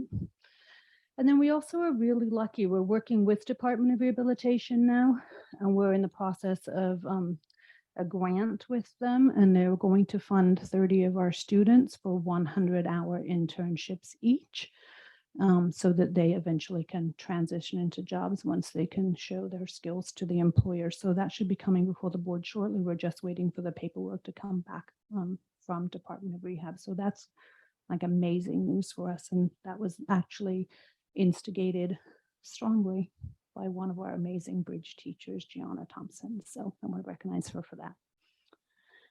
And so, and again, these are all of the things that we want to consider is when do we start to give those certificates? When do we give them early? And the truth of the matter is none of us know, because we are waiting on regulations from the state, but we just wanted you to know that good things are going on at Bridge, great things are going on at Bridge, and we want to make sure that we continue that, regulations change or not. So thank you. Thank you. Any questions from board members? When can we try out this waterless car wash? I'll be sure to forward you the email when it comes out. I just told them, buy this stuff, go. No, I just want to say thank you for this presentation, and thank you to the Bridge staff, Ms. Thompson, and the whole team. This is really fantastic work. It's really great to see our students, getting increased opportunities in such a wide variety of ways, and for us to be able to go out and see them in action and see the employment that results from it as well. So thank you. Thank you. Okay. We're on to board member reports. You want to start us off this evening, Trustee Navaflores? All right, good afternoon, everyone. The first quarter just ended and the second quarter has just started, and I just want to quickly reflect on it. It was definitely a start to what is now the new normality to all of us students, right? Last year, we just came back from a pandemic, and we started getting used to how school is happening, how the environment socially with all the students is. And this year, of course, it was very different from last year. And one thing that I also want to say with this first quarter is that it was definitely a different start. For many, it was easier. For many of us, it was harder. But however it was for students and educators, I just want to thank everybody who showed up and continued to show up and persisted through the entire quarter and is here present today. And again, to remind everybody that hard work does pay off. And if you ever do need a break, just encouraging you all again, for students, mental health days are excused. So if you need one, feel free to take one. I have some quick college information dates. So the California State Universities applications open October 1st. And the FAFSA and the California STREAM Act application also open October 1st. And I encourage all students to apply for whichever one they are eligible for, and remind them that the application deadline is March 2nd. So again, open up the FAFSA application with your college and career advisor, with a counselor, with a trusted adult, so you can get familiarized with what the process is, what it looks like, and ensure that you are able to submit it on time. Another thing that I want to mention is October 19th, the MDUSD is having a career fair at Concord High, and you can email Mr. Walters if you would like to attend. On October 25th, at Mount Diablo High School, actually, in the library, we're going to have a Cash for College event from 6 to 8 p.m. And it's similar to what Ignacio Valley had last week, October 6th. And again, also October 27th, there's a district college fair from 6:30 to 8 p.m. at Ignacio Valley High. Now moving on to the Student Advisory Committee. We held our first meeting last Wednesday from 5:30 to 6:30 p.m. and it was held online. But because it was our first meeting, we did a sort of orientation where we presented what the Student Advisory Committee does, who we are and what we do. And again, we're students that consist from all secondary schools, from middle school and high school levels. And it's typically students appointed from the site council, but this year we want to have a more diverse and representative committee. So we encourage students and vice principals and other educators to encourage at least one student from each grade level from each school site. So that again, we can get that different perspective and that diverse representation. In the Student Advisory Committee, again, we meet together on a regular basis and discuss issues, policies, or things that we need to advocate for to implement into the district or need district attention. We also provide a safe space which students can speak up about the issues that they are facing that might be academically or environmentally. And again, during our meeting, we also discussed the leadership roles, which are the chair, the vice chair, and the secretary. And we went over upcoming meeting dates. We'll work with everybody. And we had an open discussion towards the end where we reflected on things that have been happening throughout the first quarter, but also with what has our experiences in our past education here in the school district.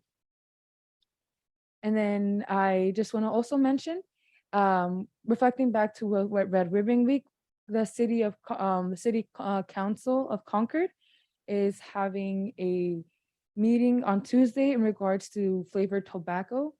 And I encourage any youth voices to attend and speak up about how this is a systemic issue and how who is facing inequities and who is being targeted from these tobacco companies, and how, again, it is a systemic wide issue. And I also want to mention that I've been working with the Food and Nutrition Services, more specifically with renovating the Mount Diablo High School kitchen and also diversifying our meals. And we had a meeting with 10 students from Mount Diablo High School where we discussed possible meal ideas or menu ideas. And again, we included the perspective of having culturally relevant meals, having meals that are also inclusive with the students' health, whether that be vegan or vegetarian, so we can have a greater inclusion for our students. That's it. Thank you. Thank you. You've been busy. Trustee Cowan? All right, thank you. Tonight I will be brief. I just want to build on what Trustee Nava Flores was saying about the Cash for College event. I heard really great things about the YV event that just happened. I think there were over 100 people in attendance.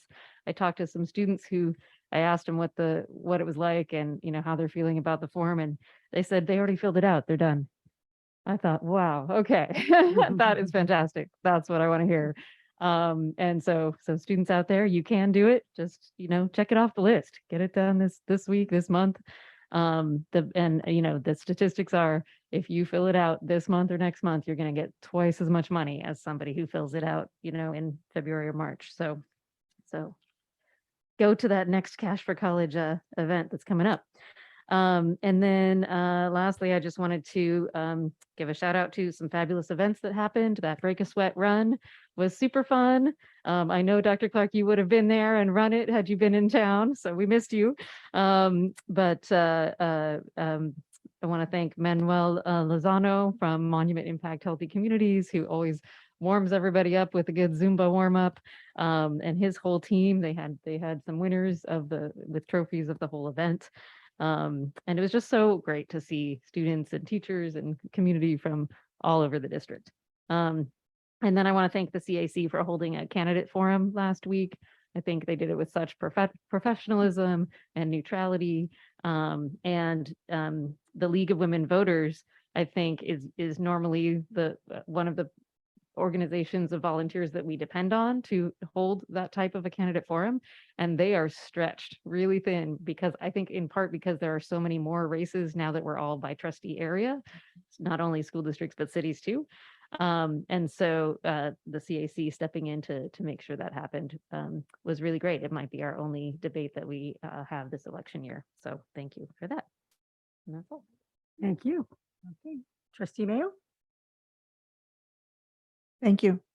I too wanted to give a shout out to the CAC. I watched the forum and was very impressed, not only with the questions that were prepared by CAC, but the manner in which the room was set up. I want to thank staff for providing the room and making it available virtually for the public, and it's recorded and available on the CAC website if anyone wants to go back and look at the forum itself.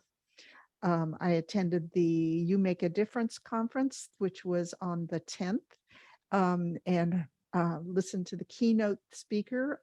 I think everyone in the audience was engaged by the speaker and was able to identify with some of the stories he used to share information with everyone around creating a welcoming environment for everyone and creating a belonging environment for folks.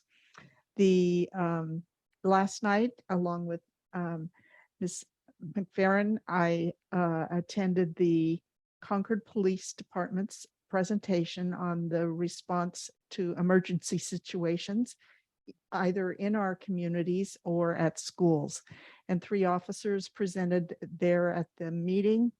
And it was very informative. Each time I hear one of these presentations, I learned something new. So once you've attended one, I would suggest that you continue to attend those, because either the I'll say the philosophy, the approach has changed based on analysis of each experience that law enforcement is involved with. And they also determine or come to a conclusion that what might have been a good practice previously needs to be changed. The other thing is that we need to remember that there will be no perfect solution and training for a particular scenario, because every one of them will be different. And we just need to prepare our own selves psychologically and be prepared to fight or flee. And then we also need to be prepared to provide assistance, because they indicated that law enforcement now will involve members of the public to provide medical assistance, as an example, or to help evacuate people. So there were many things that were new from my experience and expectation about this. Of course, it has to be at a very high level because they don't want to reveal all their cards. But it was, at least for me, informative and comforting to know that they were there. The typical response time they indicated is with 3 minutes. So when you think about that in our community, that's pretty amazing that they can have an officer on a scene within 3 minutes in our community. So it was very great. Thank you. Thank you. Vice President Nzewi? I'm sorry to have missed the 5K weekend before last, because I had to go out for 11 miles to complete in training for my half marathon that I completed this weekend. That's my humble brag. So, but I did have a little bit of FOMO seeing it all on social media of what I missed. That was done with long before I was done with mine. I just have one thing that I'm really excited to share about that none of you will know anything about. In my work, my day work, I work in childcare, you know this, but I've worked in my organization for 6 years, and prior to me even coming, so since 2014, we've been working on developing a free website for families, whoever needs childcare, to be able to find childcare in their community. And it's actually required by the federal government, and our state has been behind. Anyway. And I had nothing to do with developing it, but I did have things to do with getting funding to make sure it was developed. And twice successfully got it included in the state budget. it's been ready for 2 years, and for things out of our control, because government, it's just been sitting there, but it launched yesterday and it's the most beautiful website you'll ever see. So I want everyone to know, if you know anyone who needs childcare, licensed childcare. So this isn't, what makes this different from a care.com is, one, it's free for everyone, both families who are looking for childcare and childcare providers, licensed providers, who like to be able to have their profile there. It's automatically there because it is based on the state's licensing database. But it's free, 100% free. So it's called mychildcareplan.org. It was years in development, utilizing human-centered design for the user experience work. I'm not a techie person, so I'm just regurgitating words I hear. And it's just beautiful. It launched yesterday publicly. It hasn't been marketed. So now's a good time, just in case it crashes next week when the marketing starts. But for anyone who has the ability to share that resource, because if you've ever been a parent in need of childcare, you know how hard it is, no matter what. This is a great resource. And because people are, that you can find information about help paying for childcare, questions to ask when you're looking for childcare, like how to figure out what's the best kind of situation for yourself. And then you can be connected in a warm handoff to your local childcare resource and referral, if there are still people out there who like to have that human touch, and that and they're real professionals and experts at helping families figure out their childcare plan. So that is all I have to share. Very good. Thank you. Trustee McFerrin? Good evening, everyone. I also went to the Break a Sweat for Education run on October 1st. And I'll just add that I really enjoyed the student performances, which included, I think, the chorus from Northgate, and definitely the YB cheer team. And I really appreciate yours Humanly and the Mount Diablo Education Foundation. And I especially appreciated just the how many student volunteers there were, especially kind of cheering us on along the way. And it was just great to see so many kids come out for that event. I also watched the CAC's candidate forum over Zoom, and I really appreciate the professionalism with which it was conducted. And also it was great that there was an in-person option, and that people could always also watch from Zoom, and that it's recorded so people can watch and kind of make informed decisions. So I just really want to appreciate the CAC, and especially Dorothy Weissenberger for that. Last night I also went to the safety meeting at Concord High, and Trustee Mayo did a great job of explaining it. But I do want to mention that one thing that I learned, and I went to a similar meeting before, but I didn't hear this at the previous meeting, was that that you can text 911, which I think is really interesting, and I didn't know that before. And I'm certainly not going to try it, but I like that I know that in a situation where I can't make any noise, that's an option. And then I also I'll be in attendance at the Concord City Hall's meeting on tobacco on Tuesday, which starts at 5:30 p.m. at Concord City Hall. And then last, I want everyone to know that Westwood is hosting a fall festival this Saturday, October 15th from 1 to 5 p.m. It's free admission. Family, friends, and neighbors are welcome. There will be carnival games, space painting, the Kona ice truck, which I know is a big deal in my neighborhood, and then 2 inflatables. So I hope that that everyone that likes to go will attend that event. Thank you. I went out to Rio Vista and visited. I wanted to greet the new VP because she was working and couldn't be at the meeting where we ratified her appointment. So I went out to Rio Vista, did a visit there. I went to Sun Terrace. They had a walkathon. I want to congratulate PTA, did a great job. They had already raised $10,000 and still had money coming in when I left. So I had fun there pouring cups of water for the kids as they went through the mister going around the field. That was fun. And then Dr. Clark and I this morning were it's over for the walk and roll at Holbrook, where the kids walk to the school all together, and that was a lot of fun. And that's about it for me since the last meeting. I'll turn it over to Dr. Clark. Great. Thank you so much. Very, very good presentations from everyone, and definitely lots going on. I too am going to try to keep this brief, but I just want to hit on a few things here. Of course, we have our 4 LCAP goals.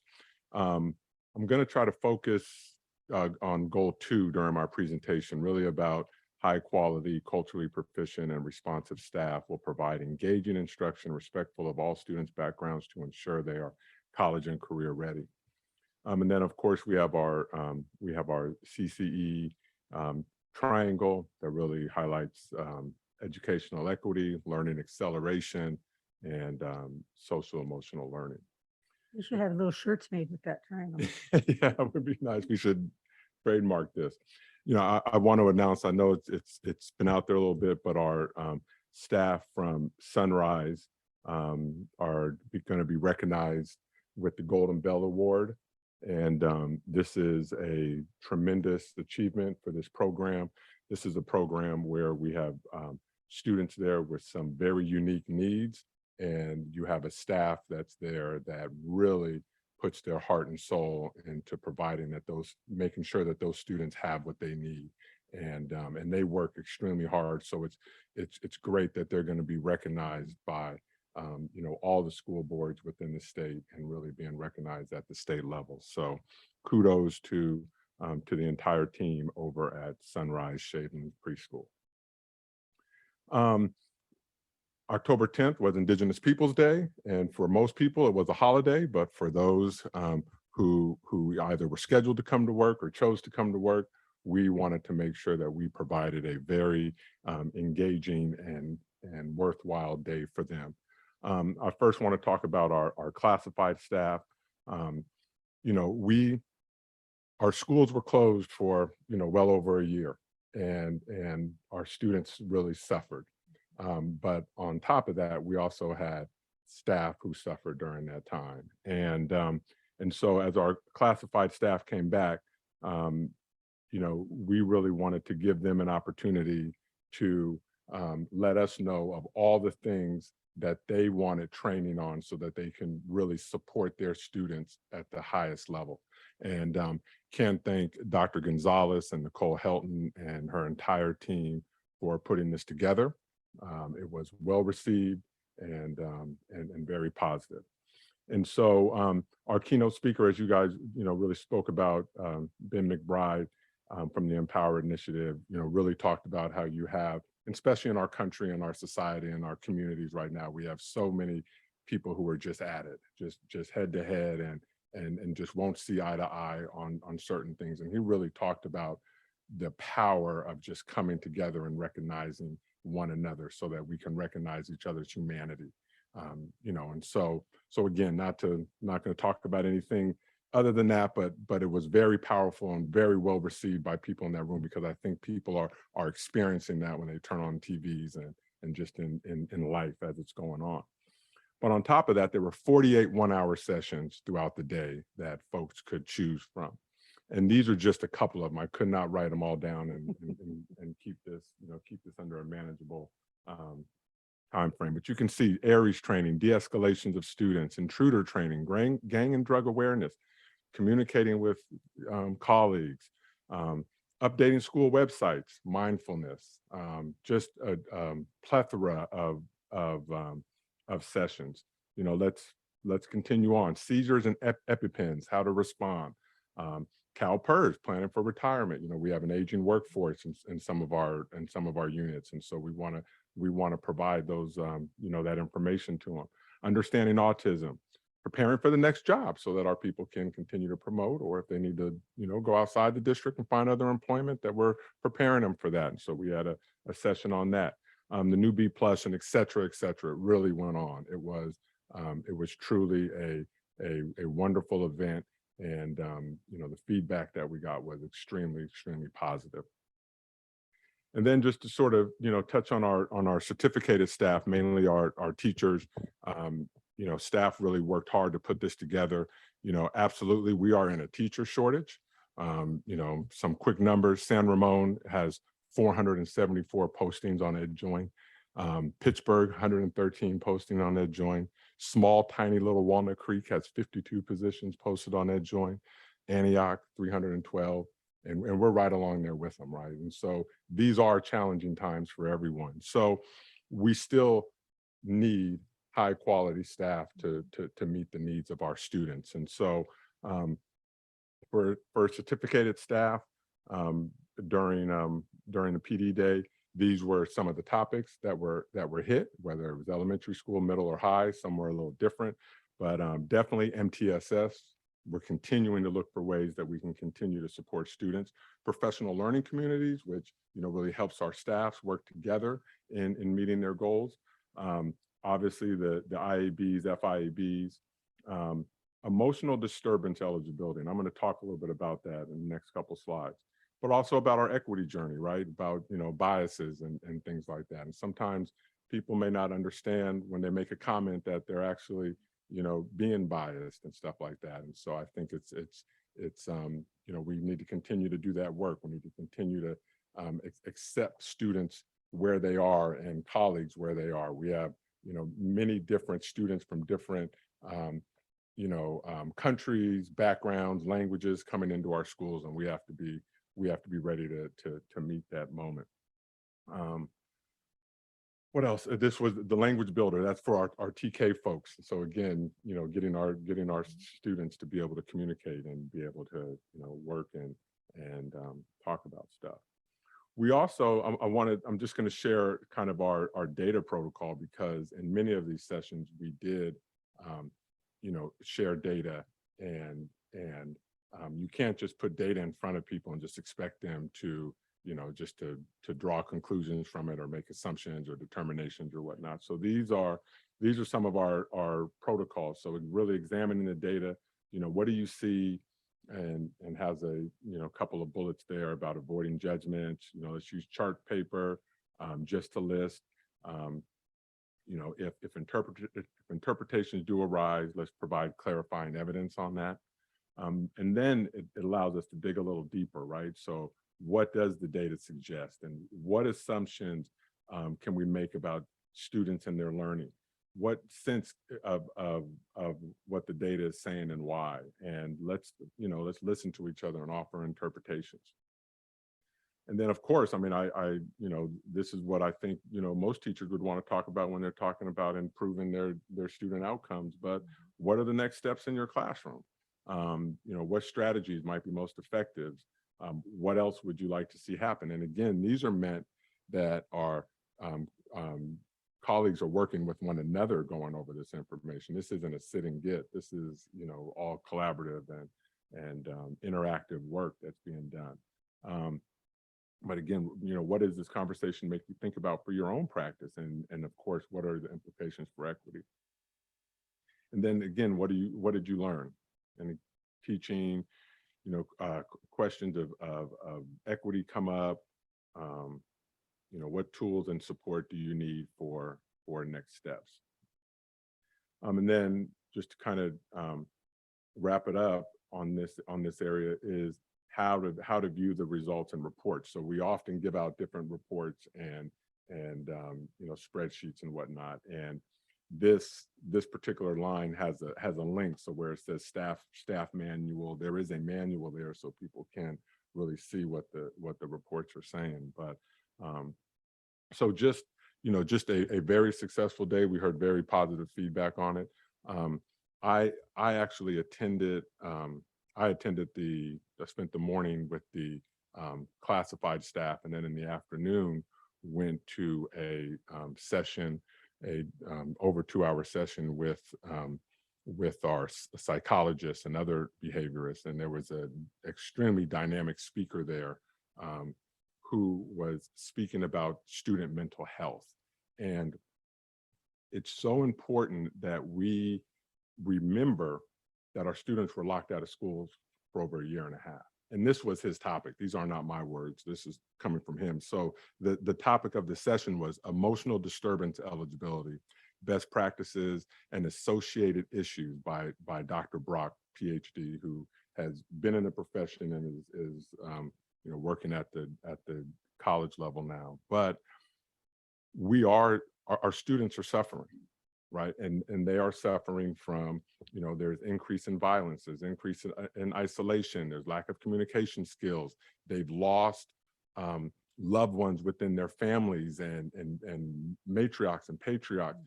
That is going to play out in our schools, right? And I hear all the time, and I sympathize for our staff, because our staffs, every last one of them, from every position, we are dealing with behaviors and actions that we haven't seen before, right? There isn't a recipe for this. There isn't, oh, this is, I've seen this before and I'm going to respond in this particular way.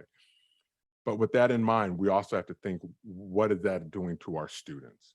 Where are our students in this? And that's truly who we are here for. So the more that we can support our, all of our staff members with training, with information, of course, we negotiate, and so salaries and all that stuff is tied in there, and benefits and all that's on the table right now. We're negotiating those things, but we got to keep our focus on the students. And this session was just so eye-opening, and because we just think, because we're back in school full time, and because we're not doing wide testing, or it's not mandated that you're vaccinated, that the effects are just gone, and we can just snap our finger and just pick up where we left off.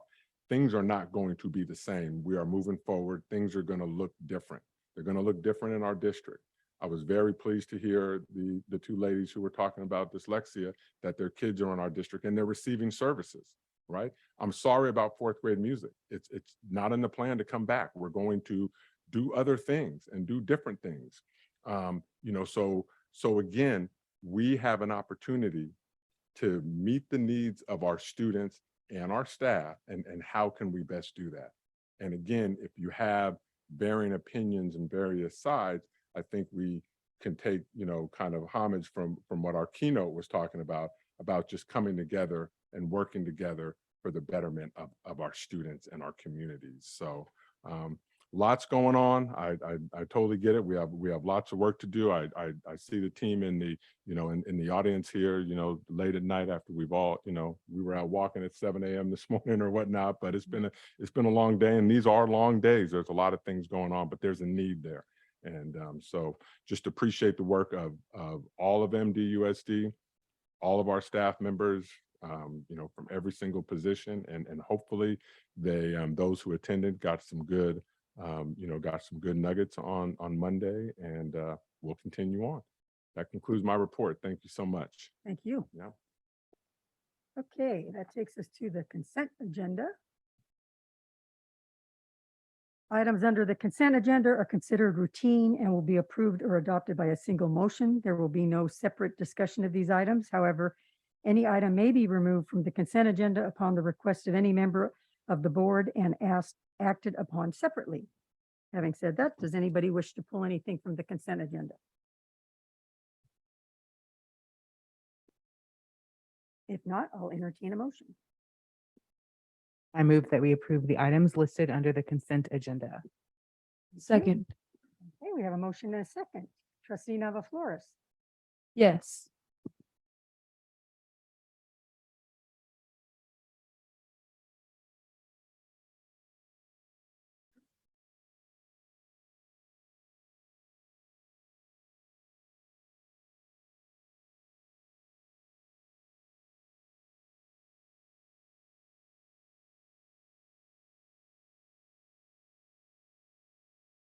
And that passes.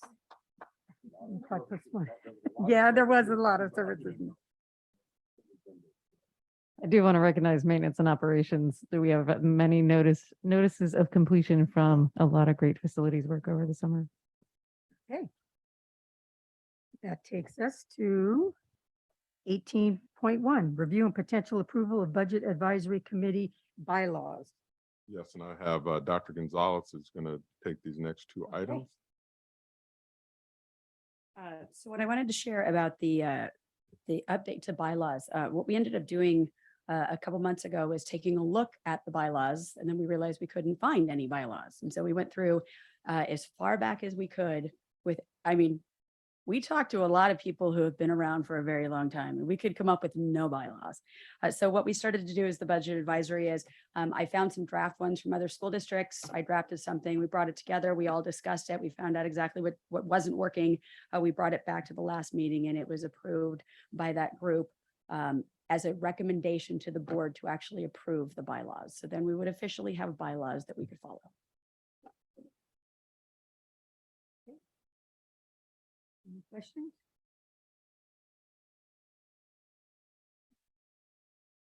If not, I'll entertain a motion.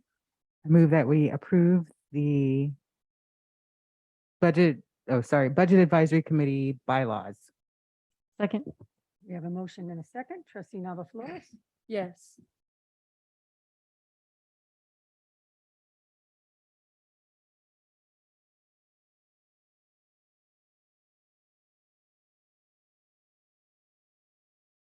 And that passes 5+1. Very good. 18.2, Dr. Gonzalez, you said that was you as well? It is. So we have a change to the budget advisory. We do still have a couple of seats open, but Julia Jameson from Mount Diablo High School is going to be replacing Anita Johnson as the representative for Medea, which means now she will officially start her first of 2 3-year terms based on the bylaws you just approved. Okay. Madam President, I move to approve the nomination of Julia Jameson as the new BAC member representative for Medea for the 2022-2023 school year. Second. We have a motion and a second. Trustee Nava Flores. Yes.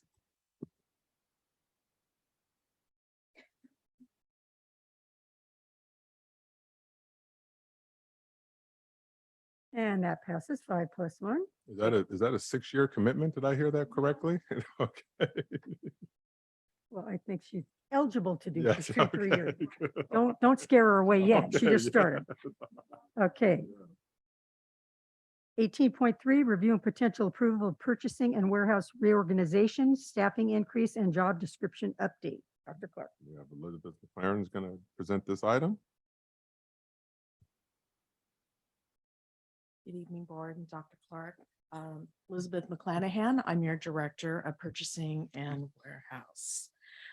So what I bring to you this evening is a small reorg, not as big as some of my counterparts in business services, but we're also a very, very intimate department.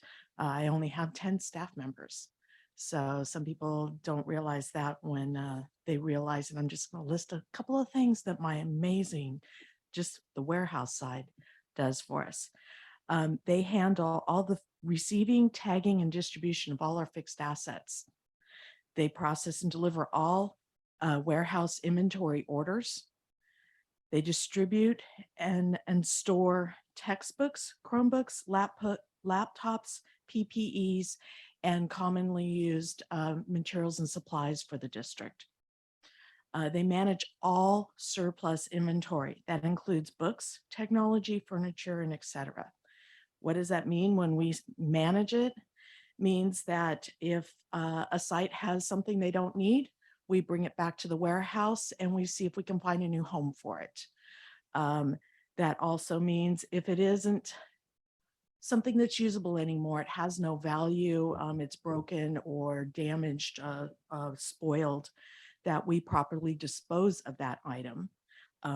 We do our best to do that through e-waste and recycling.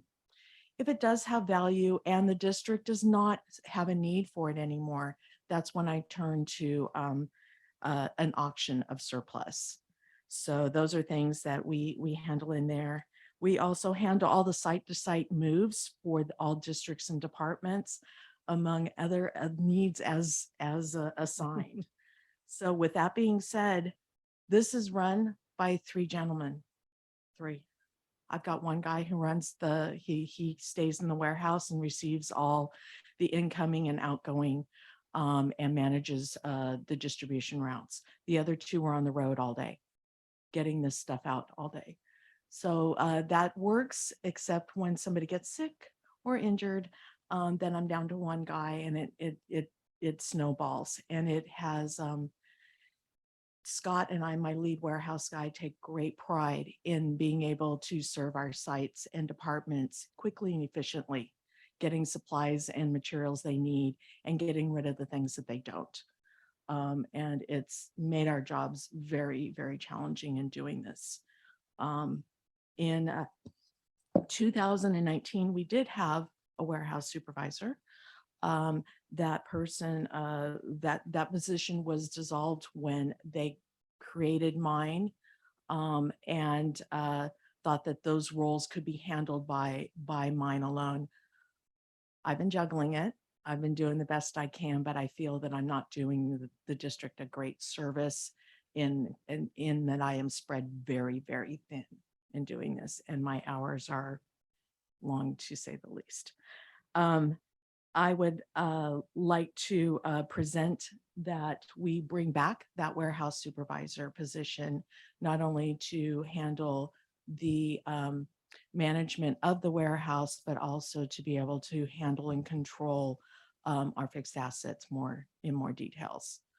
I'd also like to bring on a third warehouse attendant driver. This person would be able to support our district wants and needs better. We should be able to serve the sites more quickly in that, and actually maybe be able to give my guys a vacation once in a while. I am open to any questions or concerns that you have about this appointment, but I think that we could better serve our sites and departments with this extra support, and be even more efficient than we've been trying to be the last few years. Any Thank you. questions? Questions? I just thought of a question based on something we heard earlier about NGSS curriculum sitting in boxes waiting to be barcoded. Would this be something that would assist in that arena? So yes, so I have two adopted staff members from other departments. One is the warehouse IMA, and we do work very, very closely together, both the warehouse team and the IMA, in bringing in those new curriculum, which we have received a lot of in the last few months, getting them tagged and barcoded, and then getting them out to the sites as quickly as possible. So yes, my team would work very, very closely. In fact, years ago, we did have a third warehouse attendant position, and they're one of the great duties that they had was supporting that warehouse IMA and getting our books in and out quickly. Yeah, we're about ready to also bring in all that old surplus and find a new home for it. I'm hoping to auction some of it that's in good condition. I've definitely seen that out at school sites where they're making that transition, and Yes. it is a large volume between the large adoption coming in and what's going out. It was a Absolutely. perfect storm summer. Yeah, we had a new curriculum, we had a warehouse construction, and we had PPEs also coming in and out. Yeah, it was a fun summer. Okay, any other questions? Yeah. I apologize for my phone interrupting. I believe that you also assemble items that are delivered to the warehouse. I shared some information that folks were waiting for tables at a particular school site, and folks did not understand how few people you had working at the warehouse and why the delay, what the delay was around receiving the tables from the warehouse. And it had to do with someone being available to assemble those items. So it's something that we don't often think about, but we do want them items assembled correctly so that there isn't an injury to a student or a staff member. And when you're assembling things in, what do I want to say, in multiples, you're probably doing a better job than having a volunteer just work on assembling one table at a school site. But that's my take on it. Perhaps there's a much better information or a much better explanation. But I want to thank you for that what do I want to say? Work that I didn't anticipate would be happening in the warehouse as well. Yeah, those tables, we have 168 of them that came in late this summer. And those did require, a lot of movement and assembling. I've been collaborating with the maintenance and operations department. And we've also brought in an outside resource to help us support. And all three of us are working to get those tables out to the sites and in assembled so that the kiddos can use them. Right. Thank So, you. thank you. If there are no more questions, I'll entertain a motion. Madam President, I move to approve the purchasing and warehouse reorganization, staffing increase, and job description update. You have a second? Second. Thank you. You have a motion and a second.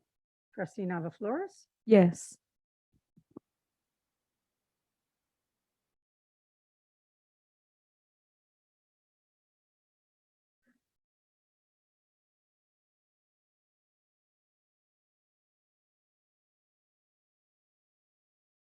This is taking like 10 hours for Elizabeth, just so we know. It's worth it. Thank you very much. Thank you. Okay. 18.4, review and potential approval of the employment agreement between Mount Diablo Unified School District and the Chief Business Officer, Dr. Clark. Yes, we're bringing this item forward in June, July. We brought several managers forward to create equality, equity throughout our pay ranks. And Dr. Gonzalez is on a contract. And so everyone else is an employee besides myself. And so we are bringing this forward at this point, but technically it should have happened. I should have brought it back when the others came forward. Okay, and we have a speaker on this item, Dan Reynolds.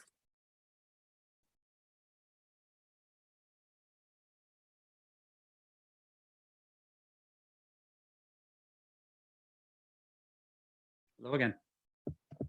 Please vote no on this item.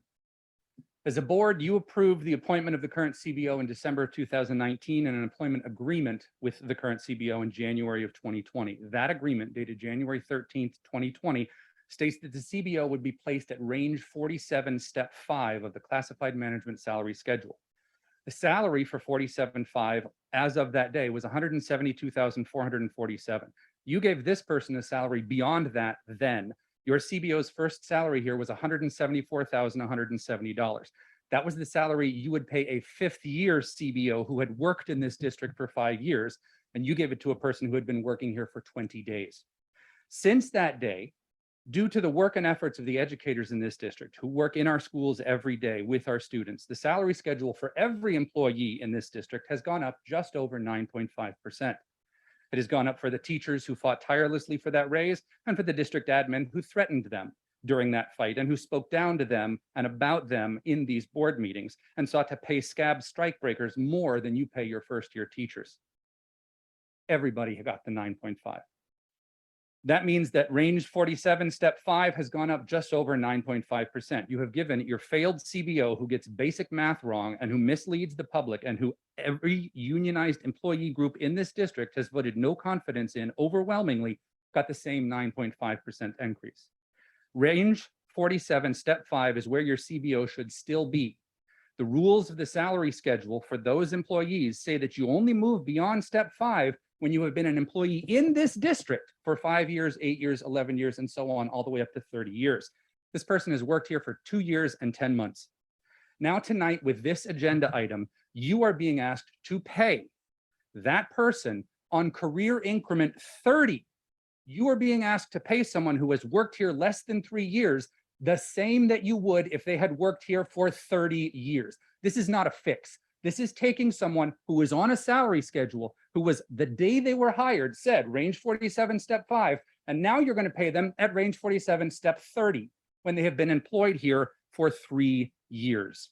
Please vote no. Please stop inflating administrator salaries. vote no on this item. It is disrespectful to every other employee in this district that you would put a failed CBO who gets basic math wrong and misleads the public, and you as a board on salary placement as if they've been working here for 30 years. It is disrespectful to every other employee in this district that you would give an additional 10.4% raise to one employee and leave others paying more out of pocket for medical, leaving the district with larger class sizes, and leaving us without things like secondary librarians. It is disrespectful that you would do this for someone who gets budgeting wrongs by tens of millions of dollars every year. Don't do this.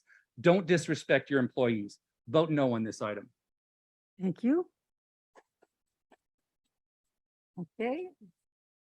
As Dr. Clark would say, it's now in the hands of the board. Questions, comments, or a motion?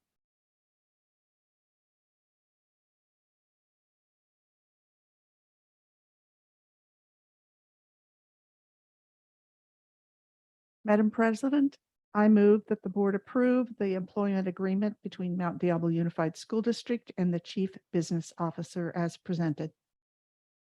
Thank you. Do I have a second?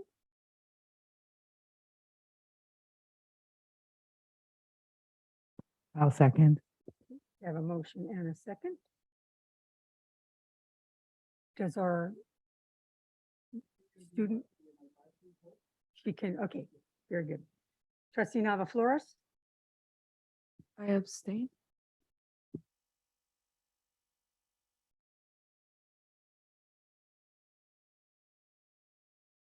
And it passes 4-1